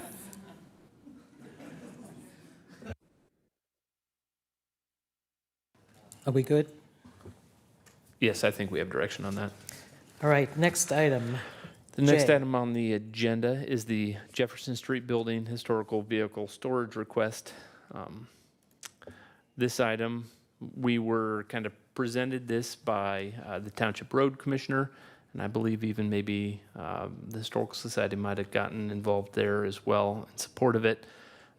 But the request is to be able to park our historic old police car as well as the fire department's historic fire truck in the two Main Street bays of the Jefferson Street building, and then also changing the doors per the glass. I mean, it's currently not being used anything largely because it's kind of under the fire restoration process. If the fire restoration process was done, the Public Works building, or the Public Works would be using the western portion for storage, and then the police department would be using the eastern portion for their own storage.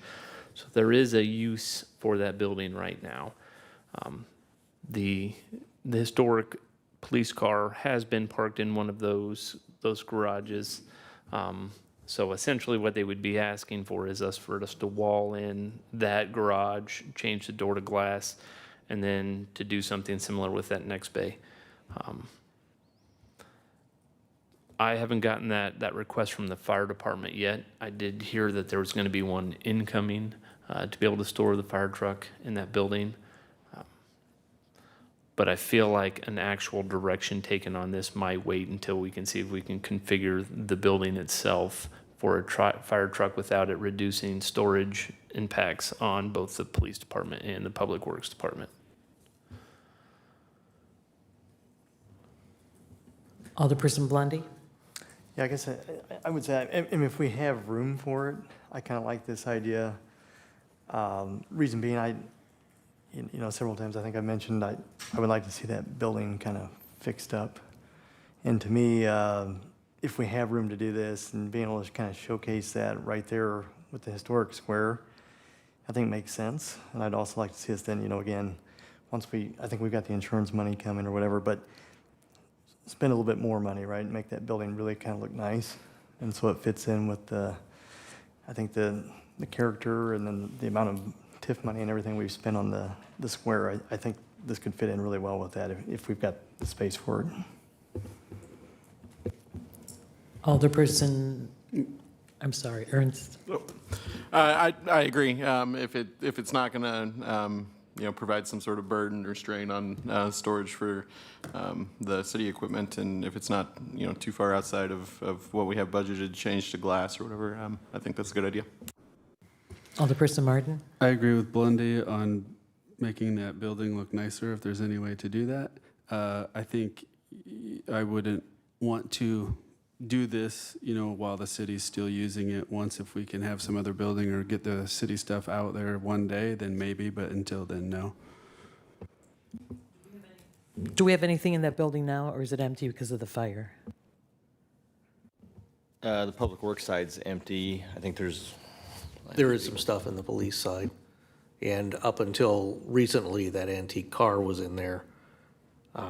Scott Weaver from the township is storing it and doing some work on it gratis.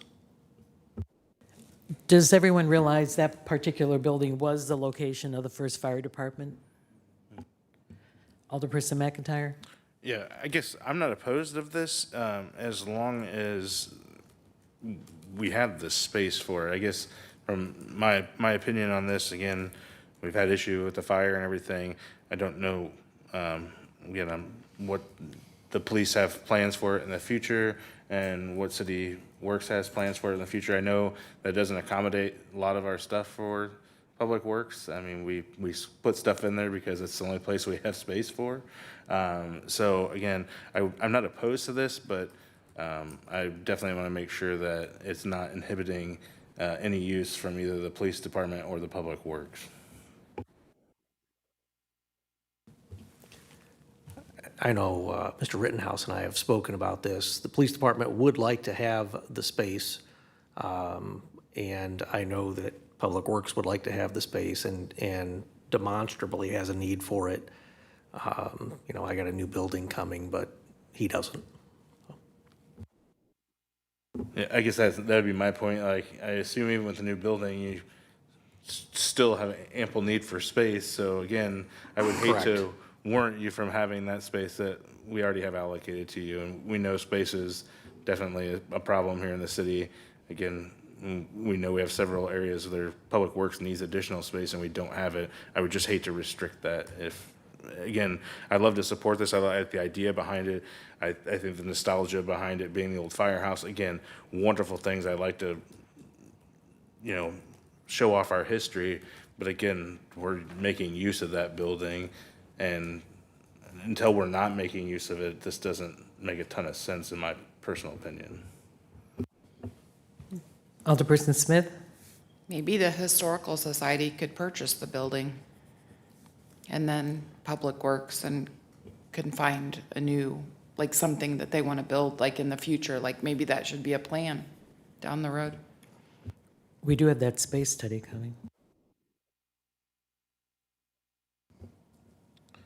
Alderperson Moss? Yeah, one quick question. Is the township commissioner, are they saying that this is just a good idea, or are they looking to relocate the fire engine which they currently store? I mean, is this a space necessity for them too, or?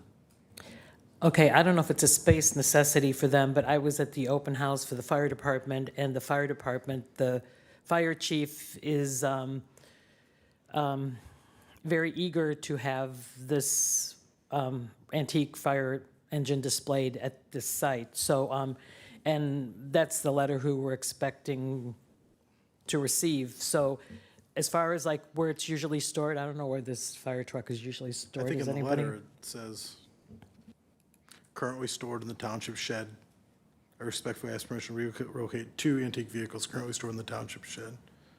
So in other words, both of these antique vehicles are stored someplace now. Yeah. This is an idea brought forth Yeah, I that, just- I didn't know as if- we're fixing the building up as an idea. If it was out of necessity for the township, that was my only question. No. Doesn't seem like it is. From my talks with Mr. Weaver, he wants them to be on display. He just wants the community to be able to see them as well.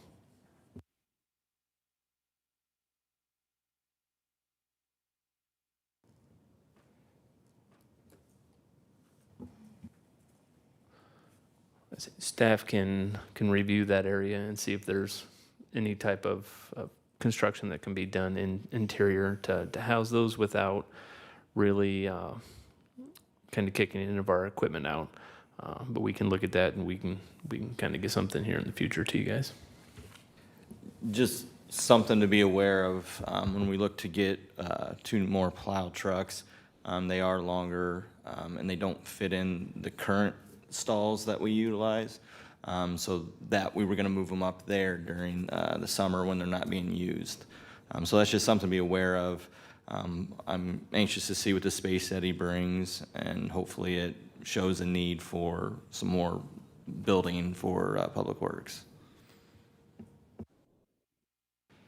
Okay, thank you. Next.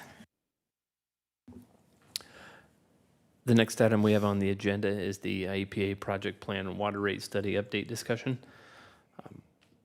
We had previously had this discussion back in March of '24, and then it kind of got pushed on to you as the new council coming in.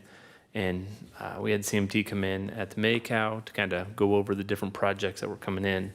And the consensus at that time was to kind of bring forward a couple different options of the water rate, the way they're being built. And so when Raftellus was looking currently at it, I had them kind of review the water rates without looking at Business 24, being that while IDOT says that we're in a 5-year plan, I just have a really sick feeling that the mill and overlay work is going to kind of push that project out. I hope not, but I have that feeling coming. And so if we were to pull the Business 24 project completely out of this project plan and just look at the other projects themselves, the only projects that we would be looking to submit for IEPA funding would be the tower and well 13. And so if we were to get in line for funding today, we likely would not get funded until 27 or 28. And so every year that we would kind of wait on submitting the project plan would just kind of push that time frame back. But when Raftellus was looking at it, they saw that because we had such a large CPI this year, that we would only need about a 2 to 2.5% increase over kind of a base rate of 4 to be able to cover that debt service. And their recommendation would be to do that based on the meter size. So instead of putting that onus on the residents, the typical residents, I should say, it would be putting that onus on the folks with the 1-inch and larger meter. And their basis behind that was, if there was going to be a large fire that really required those water towers, that it would likely come from those users that are greater than the normal residential. Not to say that a house doesn't do that if you have a house burning long, but for the most part, these water tower draining fires are largely big businesses or of some of the larger homes, and likely they would be using that larger than 1-inch meter. So it's not completely bad news. It's not earth shattering. It's just looking at that fixed fee change based off of the meter sizes. If we were to pass something like that, which we wouldn't necessarily have to pass until April, that way it would take place in May. But that is kind of what their recommendation is. The other part of the memo was that they were recommending adjusting. Right now, our code currently says there's a minimum of a 2.5% increase. They're recommending that shift to 4%, and that is largely looking ahead to the Business 24 project. If we were to have a series of CPIs at 2.5%, the increase needed at the time of the Business 24 project will be a lot larger than if we were to continue with the 4s. It's just kind of playing it ahead. So largely, we're just looking for a little discussion on if there is any appetite for kind of that tiered fixed fee structure based off of meter size. I think we included the capital plan that they had covered, and then I know I had sent out the list of above 1-inch meters to the council beforehand. I didn't want to place it in the meeting because there were personal identifiers on some of the homes for that.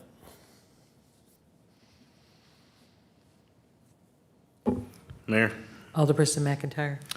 Yeah, so talking about water rates is something no one likes to be the first one to talk about, so I will. When we looked at this originally, we had asked for a lot of different things to come back.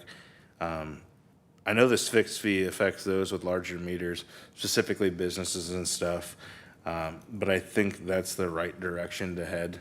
Our businesses have been getting the same rate as our homeowners and not based off their actual ability for water flow. So I think I would support that. While again, I hate the idea of increasing anything, the reality is that the Business 24 realignment and stuff is going to be coming. And if we're not preparing for it now, it's going to cost people later. So again, I do not like the idea of increasing fees, but I have to be realistic here. And I feel like if we do this over a short period, or if we do this over a long period of time, instead of a short period of time taking larger gains, that this would be beneficial to us and those water users. So I actually do support both of these, and I think we should move forward. Alderperson Blondie. Yeah, I guess on the fixed fee structure, I support that as well. Even this 4% minimum, I tried to look at like other municipalities around the area.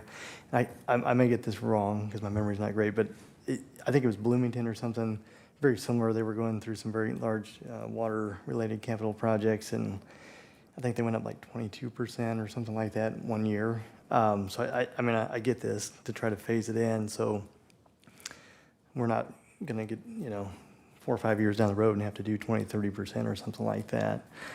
The one thing I would still like to explore though a little bit is understanding if we have sufficient capital reserves, if we could again look at some kind of one-time only transfer.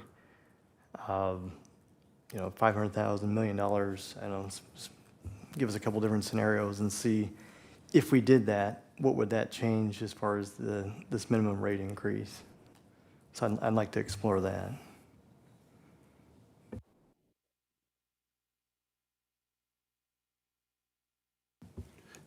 The fixed rate structure fee, has that changed now? Because I'm all for the fixed rate, but maybe not the amount that we were doing. Is that the same, or was it going to be different?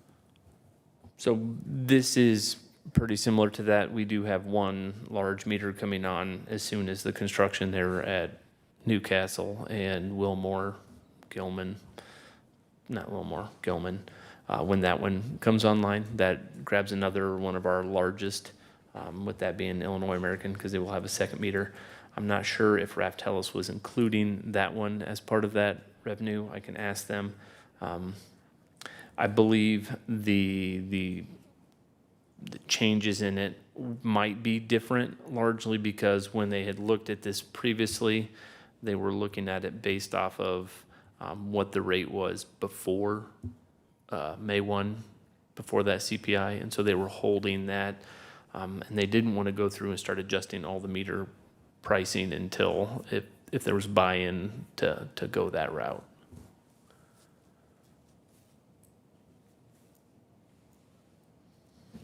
Any other comments on the fixed fee increase for the water meter size? Mayor? Alderperson Moss? Yeah, I'm in agreement on the fixed fee. Not so much on the bumping up the 2.5 to 4%. That's, another 1.5%. I think that if by chance the CPI doesn't take care of that, I'd rather, raise it by 4.5% in 3 years than, there's a compounding factor there. So, that's where I would stand on the second part of it. Okay, so we have 4 people okay with the 1 inch or larger meter size. Any other comments? I was just going to make a consensus for you here. Perfect. And I saw another addition, so I think we have a consensus for the meter size, but not so much for the second part. That's not a problem. When it comes to the meter size, I mean, we can pass it now, so that way it doesn't change until May 1. That's when they're kind of scheduling it in. If we were to pass it now and change the rate now, that's extra income this year that we weren't budgeting for. So kind of looking at the time frame, does council want it to come in with our normal changes on that May 1, or are we wanting to bring that ordinance now with a date of now?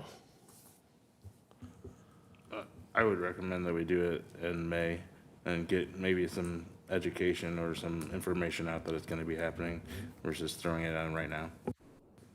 I agree. Concur.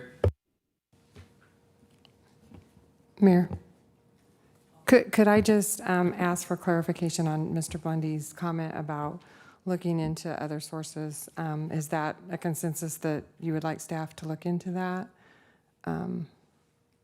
in regards to using other capital funds from like the general fund, I believe is what he's talking about? Is that a question pertaining to Business 24? Is that where that was kind of targeting? that would, but if we want to look at it for the water tower or, whatever else. I guess my point was trying to look at something like that and say, okay, because like to Alderman Moss's comment, they're not necessarily being in favor of the 4%, but if we were to take like a one-time transfer, what would that do? Would we say, okay, we don't necessarily need to do that minimum 4%, we could do 3%, or we could hold the 2.5%? Just trying to understand what other option might be there to, again, not shift all this burden to the ratepayers for all these capital projects. Yeah. So is that something council would like us to look into? Joni, can you just give a real quick overview? I know the last time I asked about this, making one-time transfers into a fund such as the water, that there was some implication in terms of our ability to borrow from the EPA. Yeah, there's several things. First of all, the auditors indicated that it somewhat will be a red flag, I would say, for like credit rating agencies. We had a pretty high rating the last time we went through it for the stormwater management bond.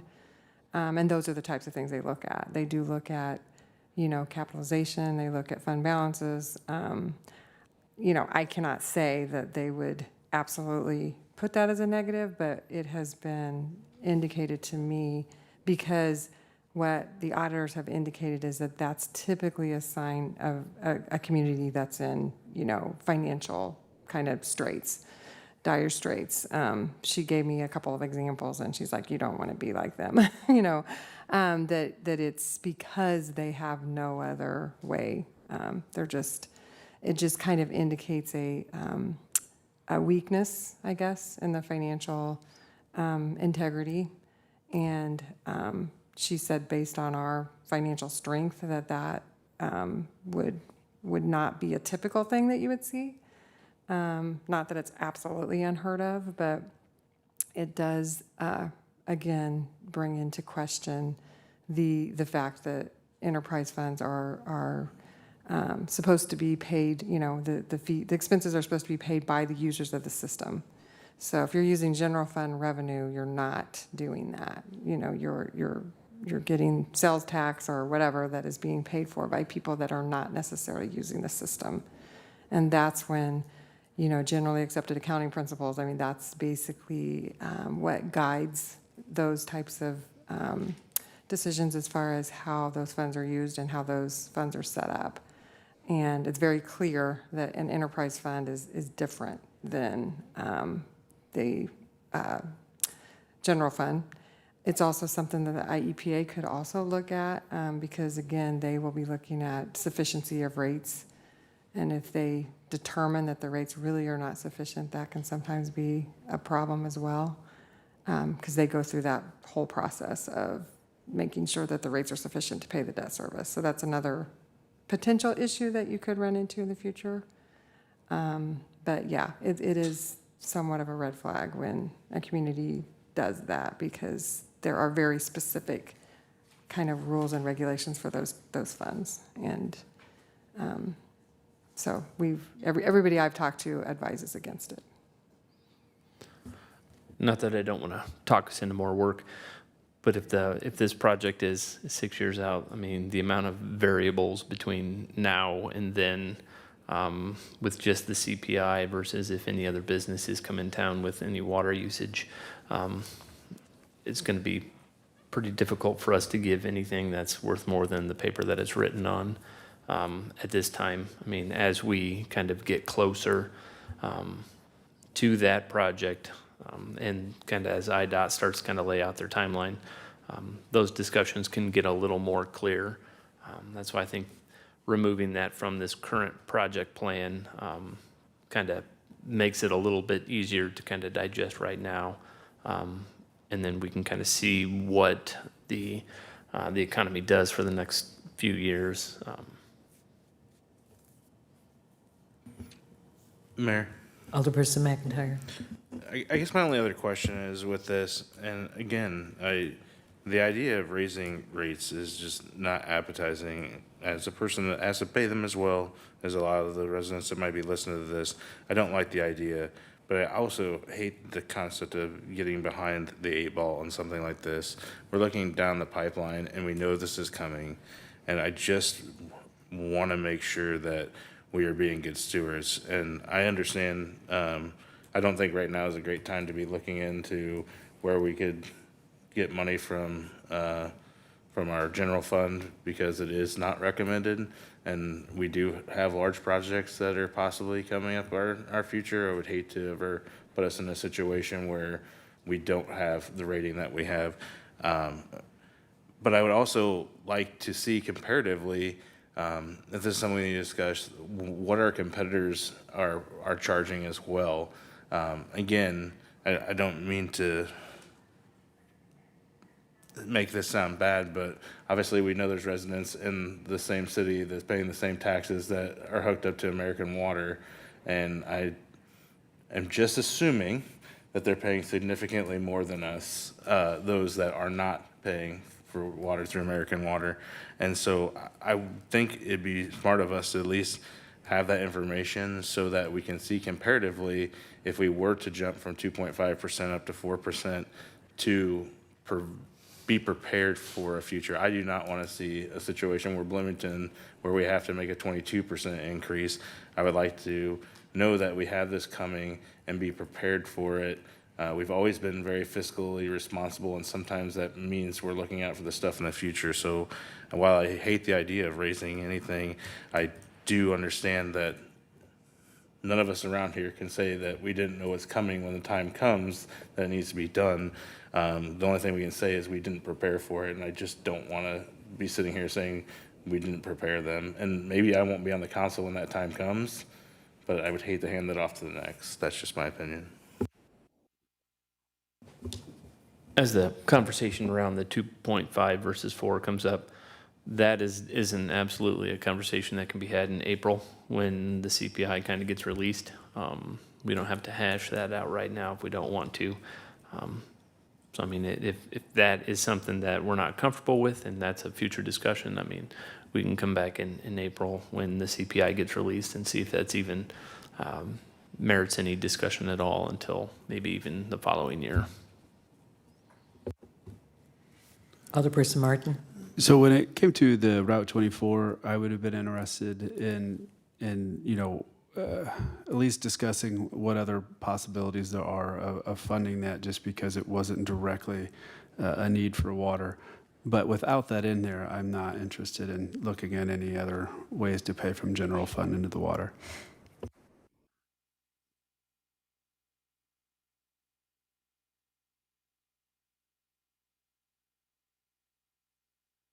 Next. This one might be a little more fun. The next item on the agenda this evening is a potential bicentennial gift idea for a community Christmas tree. This one for some of you guys may have come out of nowhere. This is something that inside City Hall we've been kind of discussing, and the mayor has kind of challenged us throughout the bicentennial on what is the city going to do. And while most of those bicentennial events are over, one item that has kind of popped up with a little bit of kind of intrigue is the idea of a community Christmas tree. We've went through the goal setting session and gotten a lot of community engagement feedback from the survey, and there was a lot of real good push for making Washington Plaza kind of a destination. How do we make that somewhere where people want to go? And one of the items that we kind of thought about seasonally, I guess, would be a community Christmas tree. The owner of that property has discussed with us a little bit of there might be a desire to put in some green space at Washington Park, or not Washington Park, Washington Plaza. Washington Park is already green space. Washington Plaza, and as kind of a way to kind of enhance that area would be the addition of a community Christmas tree. I wasn't sure if there was any appetite from the community. I kind of listed out a couple different options between the artificial tree and a living tree. And while I like the idea of a nice, huge living tree there's just nowhere where you can really get anything that big right now. So it'd be just a small pine tree, and it would eventually grow, but it would take up quite a bit of space. I've talked with a couple different nurseries and some different landscape companies, and they would share that some of these trees would get up to 40 to 60 feet tall, and that's kind of their end height. And then when they get that, they could be anywhere from 25 to 30 feet kind of diameter. So it would take up an awful lot of green space. But it would be a living tree, and it would be something that would be there year round. The other idea would be kind of an artificial tree, and it would be, what I was kind of looking at would be kind of those panel trees that are steel frames, and then they have the different items that are kind of secured to that. They already come pre-lit. I think I attached a little bit of some of the costing from that. This is a company call it holiday outdoor decor. There are plenty of companies that sell this. This one had a kind of a guy up in Aurora that was their Midwestern salesman. Just kind of that general idea. The living tree would absolutely be cheaper right now.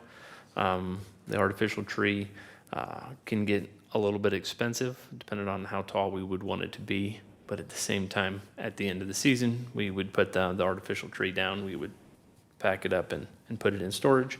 And then it would allow the entire green space to be used again. So just looking for a little discussion on if there is an appetite for a community Christmas tree. If so, do we want to look at an artificial tree or a living tree? In general, we do have funds for it based off of some of the money that's left in the Economic Development Grant Program. We also have some in our road maintenance fund that will likely not get used before the summer. So just looking for a little direction from council on some discussion on whether or not you guys like the idea, hate it. Alderperson Smith? I love the idea. I think it'd be a great addition to Washington Plaza. How do they attach, what is this attached to if it is the fake one?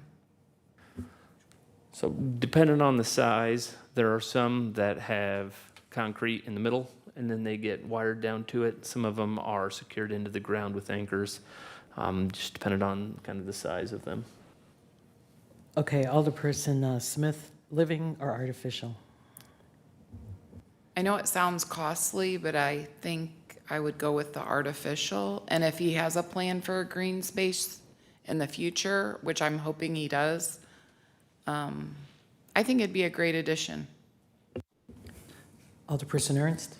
Yeah, I agree. I'm a real tree man myself. The Fraser fir is superior, but I think honestly in this situation, artificial would probably make more sense. Just can eliminate some of the factors. I think it'd be a shame to put up a live tree and in 4 years something happens and dies and everyone's sad that the Christmas tree is dead. So, Alderperson McIntyre? Mayor, I myself as well, I'm a Clark Griswold's fan, so I would love to have just a big old massive, it's just, biggest tree we could get trucked in here, but I don't think that's realistic, and so I would be in support of an artificial tree. I think this is a wonderful idea. I love it. As many of you know, we do have, during the holiday season, a house that's been for several years, the Griswold Way, that a lot of people flock to Washington for, and East Peoria has had their Festival of Lights for many years. I think this is a wonderful opportunity to capitalize on that time, to bring more people into our community, and just be a great place to stop. Again, look at these prices, I'm a little taken back, but again, I would hate to be chintzy on this because I think this is a real traditional opportunity that we could set here. Not only categorizing our 200 years, but just bringing people to Washington. And we have talked over and over again, how do we make, that Sunnyland area more inviting, more part of Washington? I absolutely love this idea and would fully support it. And again, while I like a real tree, I don't want to plant one for sure, and I don't want to cut one down. So this seems like the best option. Alderperson Sluter? Yes. All right, finally got on here. Anyways, I would say probably artificial tree. I travel out to a lot of different areas, especially out west, and I absolutely love parks and lights and things like that. So I think it's a huge opportunity here to invest in the community and bring spirit of that, of the holiday season together. And having a green area, maybe some park benches around or different things like that in that green space if we have it. That way you can do stuff during the summer as well. And maybe some overhangs. I look at those things, a lot of great parks out west that we also could do parks here. Artificial safety wise, I think it's more, I lean that way versus a real tree in case vandalism and stuff like that happens. Artificial you can take up and take down. So I think this is a great opportunity to get the community together and then also bring in all sides of Washington together. So that'd be great. Definitely in favor. Alderperson Martin, did you change your mind? No, I thought I lost. I love the idea. I think it would be great for over there, echoing what everybody said, for economic development, making that area over there more of a community place, more where you can be outside. So I think it's a great idea. I'm 100% for the live tree. I would take the artificial tree if that's all I could get, but I want the live tree. I think if anything happened to it, the community would rally and come together and get a bigger tree. We would be fine. But I'm all for this. I think it's a great idea. If he's willing to give land to the city to do stuff like this, that's amazing. And actually do some green space to actually get some living, I mean, that's the whole point of this, is to get living grass, living trees, bushes, landscaping there. That's kind of the whole part of the comprehensive development. Alderperson Johnson? Yes, just to echo everyone else, I couldn't love this idea more. This is great. I agree. I would love a live tree, and if something we'd have like a little Charlie Brown thing going on or something. But I think not even just for the size of the tree, but the flexibility of it being able to maybe not be in exactly the same. I don't know, but I love this idea. I think it's great. Yeah, absolutely, and I'm thrilled to hear that the new owner of Washington Plaza sounds open to this kind of thing. I think that's exciting. Alderperson Blondie? I guess in line with that, kind of, and Bobby just touched on it there, but was the comprehensive plan, have we had any more like additional discussions with them about that, and like even shown that to them so they can understand what was in our minds?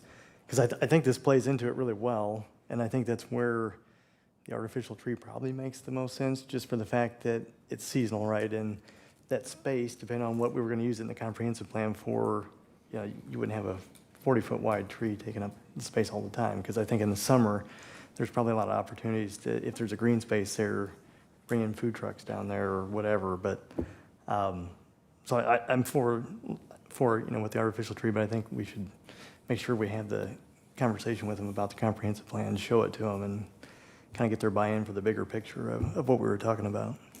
Planning Director Oliphant? He has been very open and embracing of that. So yes, absolutely. Alderperson Moss? Yeah, my support, I guess, would come with a couple caveats.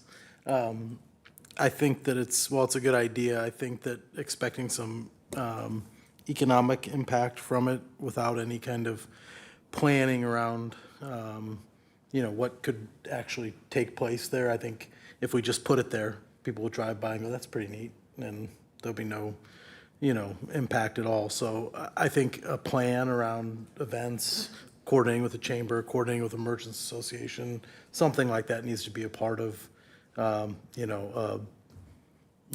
Santa, bring Santa there, do, something other than putting it there. So that's not to, poo-poo the idea. I think it just needs need to acknowledge that it needs some planning to actually see that benefit. And maybe, might be a little late on that this year, but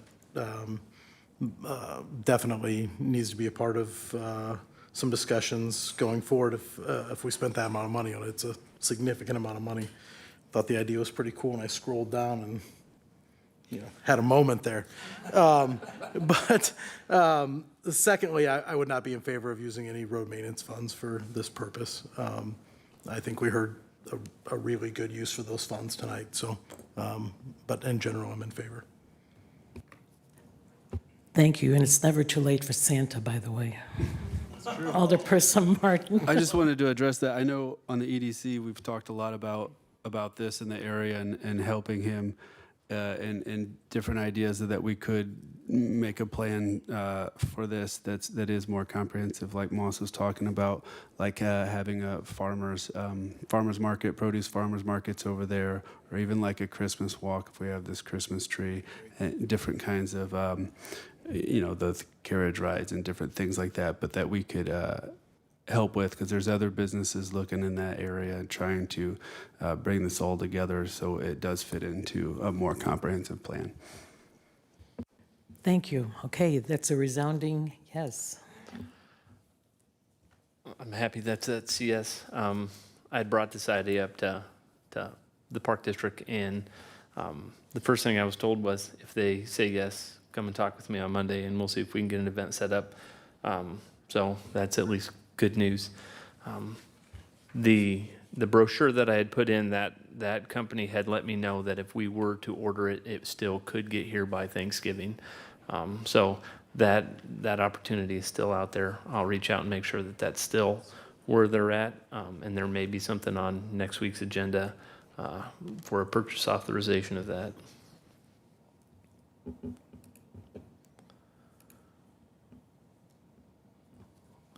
The next item that we have on the agenda this evening is the ordinance amending the City of Washington Code to establish the Office of Deputy City Administrator discussion.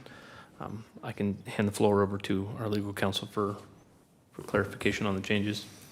Sure, I incorporated changes based on our discussions last week. What I learned, to my surprise, was that there is some legal support for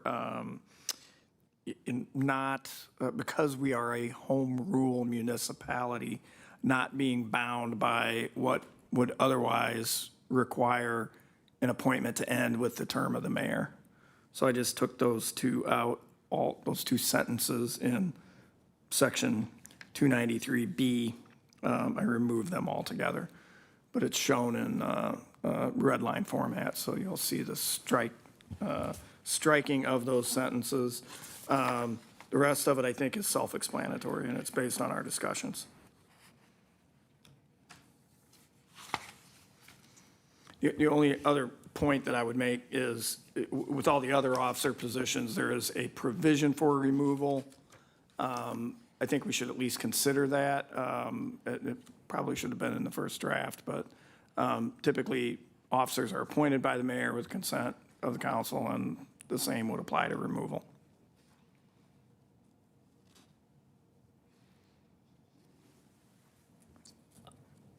Alderperson Moss? So is that that's not in here? It is not in here. I feel like it should be. I think that's oversight on my part. Here's what I would suggest. We do the same removal procedure for all of our other officer positions. Okay. Yeah, I'm in favor. I'm in Alderperson favor. Martin? Sorry, Mayor. So in section F, where it says, until the mayor and city council have approved the appointment of a new city administrator, should we put in there or a different interim city administrator? Or, yeah. So until the council has approved a new interim city administrator or a new permanent city administrator? In Sure. case- I mean, yeah. I mean, I think the concept was that the deputy would fill that role until there's a new administrator, but along the lines of what I was discussing with removal, that's certainly appropriate. So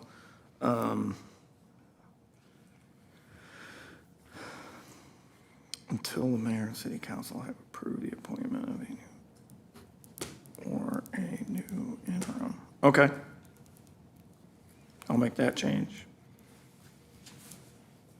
Any other comments? Questions? Alderperson Martin?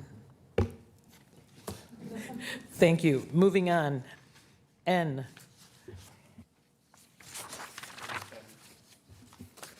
I'll turn mine off. The next item we have this evening is the Washington Police Department monthly report, and I'll hand the floor over to Chief Stevens. In the interest of time, I will tell you that I would say exactly the same thing that I say every month. If you look at total calls, they're up 20% over last year. I take that with a grain of salt. And if I just move on to the fire department monthly report, again, same thing. You look at total calls up about 25% over the previous year.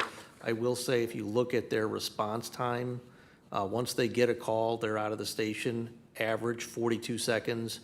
And from that point on, at the scene of the call within the city, in 5 minutes. So that's 5 minutes, 42 seconds from the time that they hear the call from dispatch. There's additional dispatch time, but they're doing a good job, particularly the medics, in getting on scene in a timely manner. Thank you. The last item, O.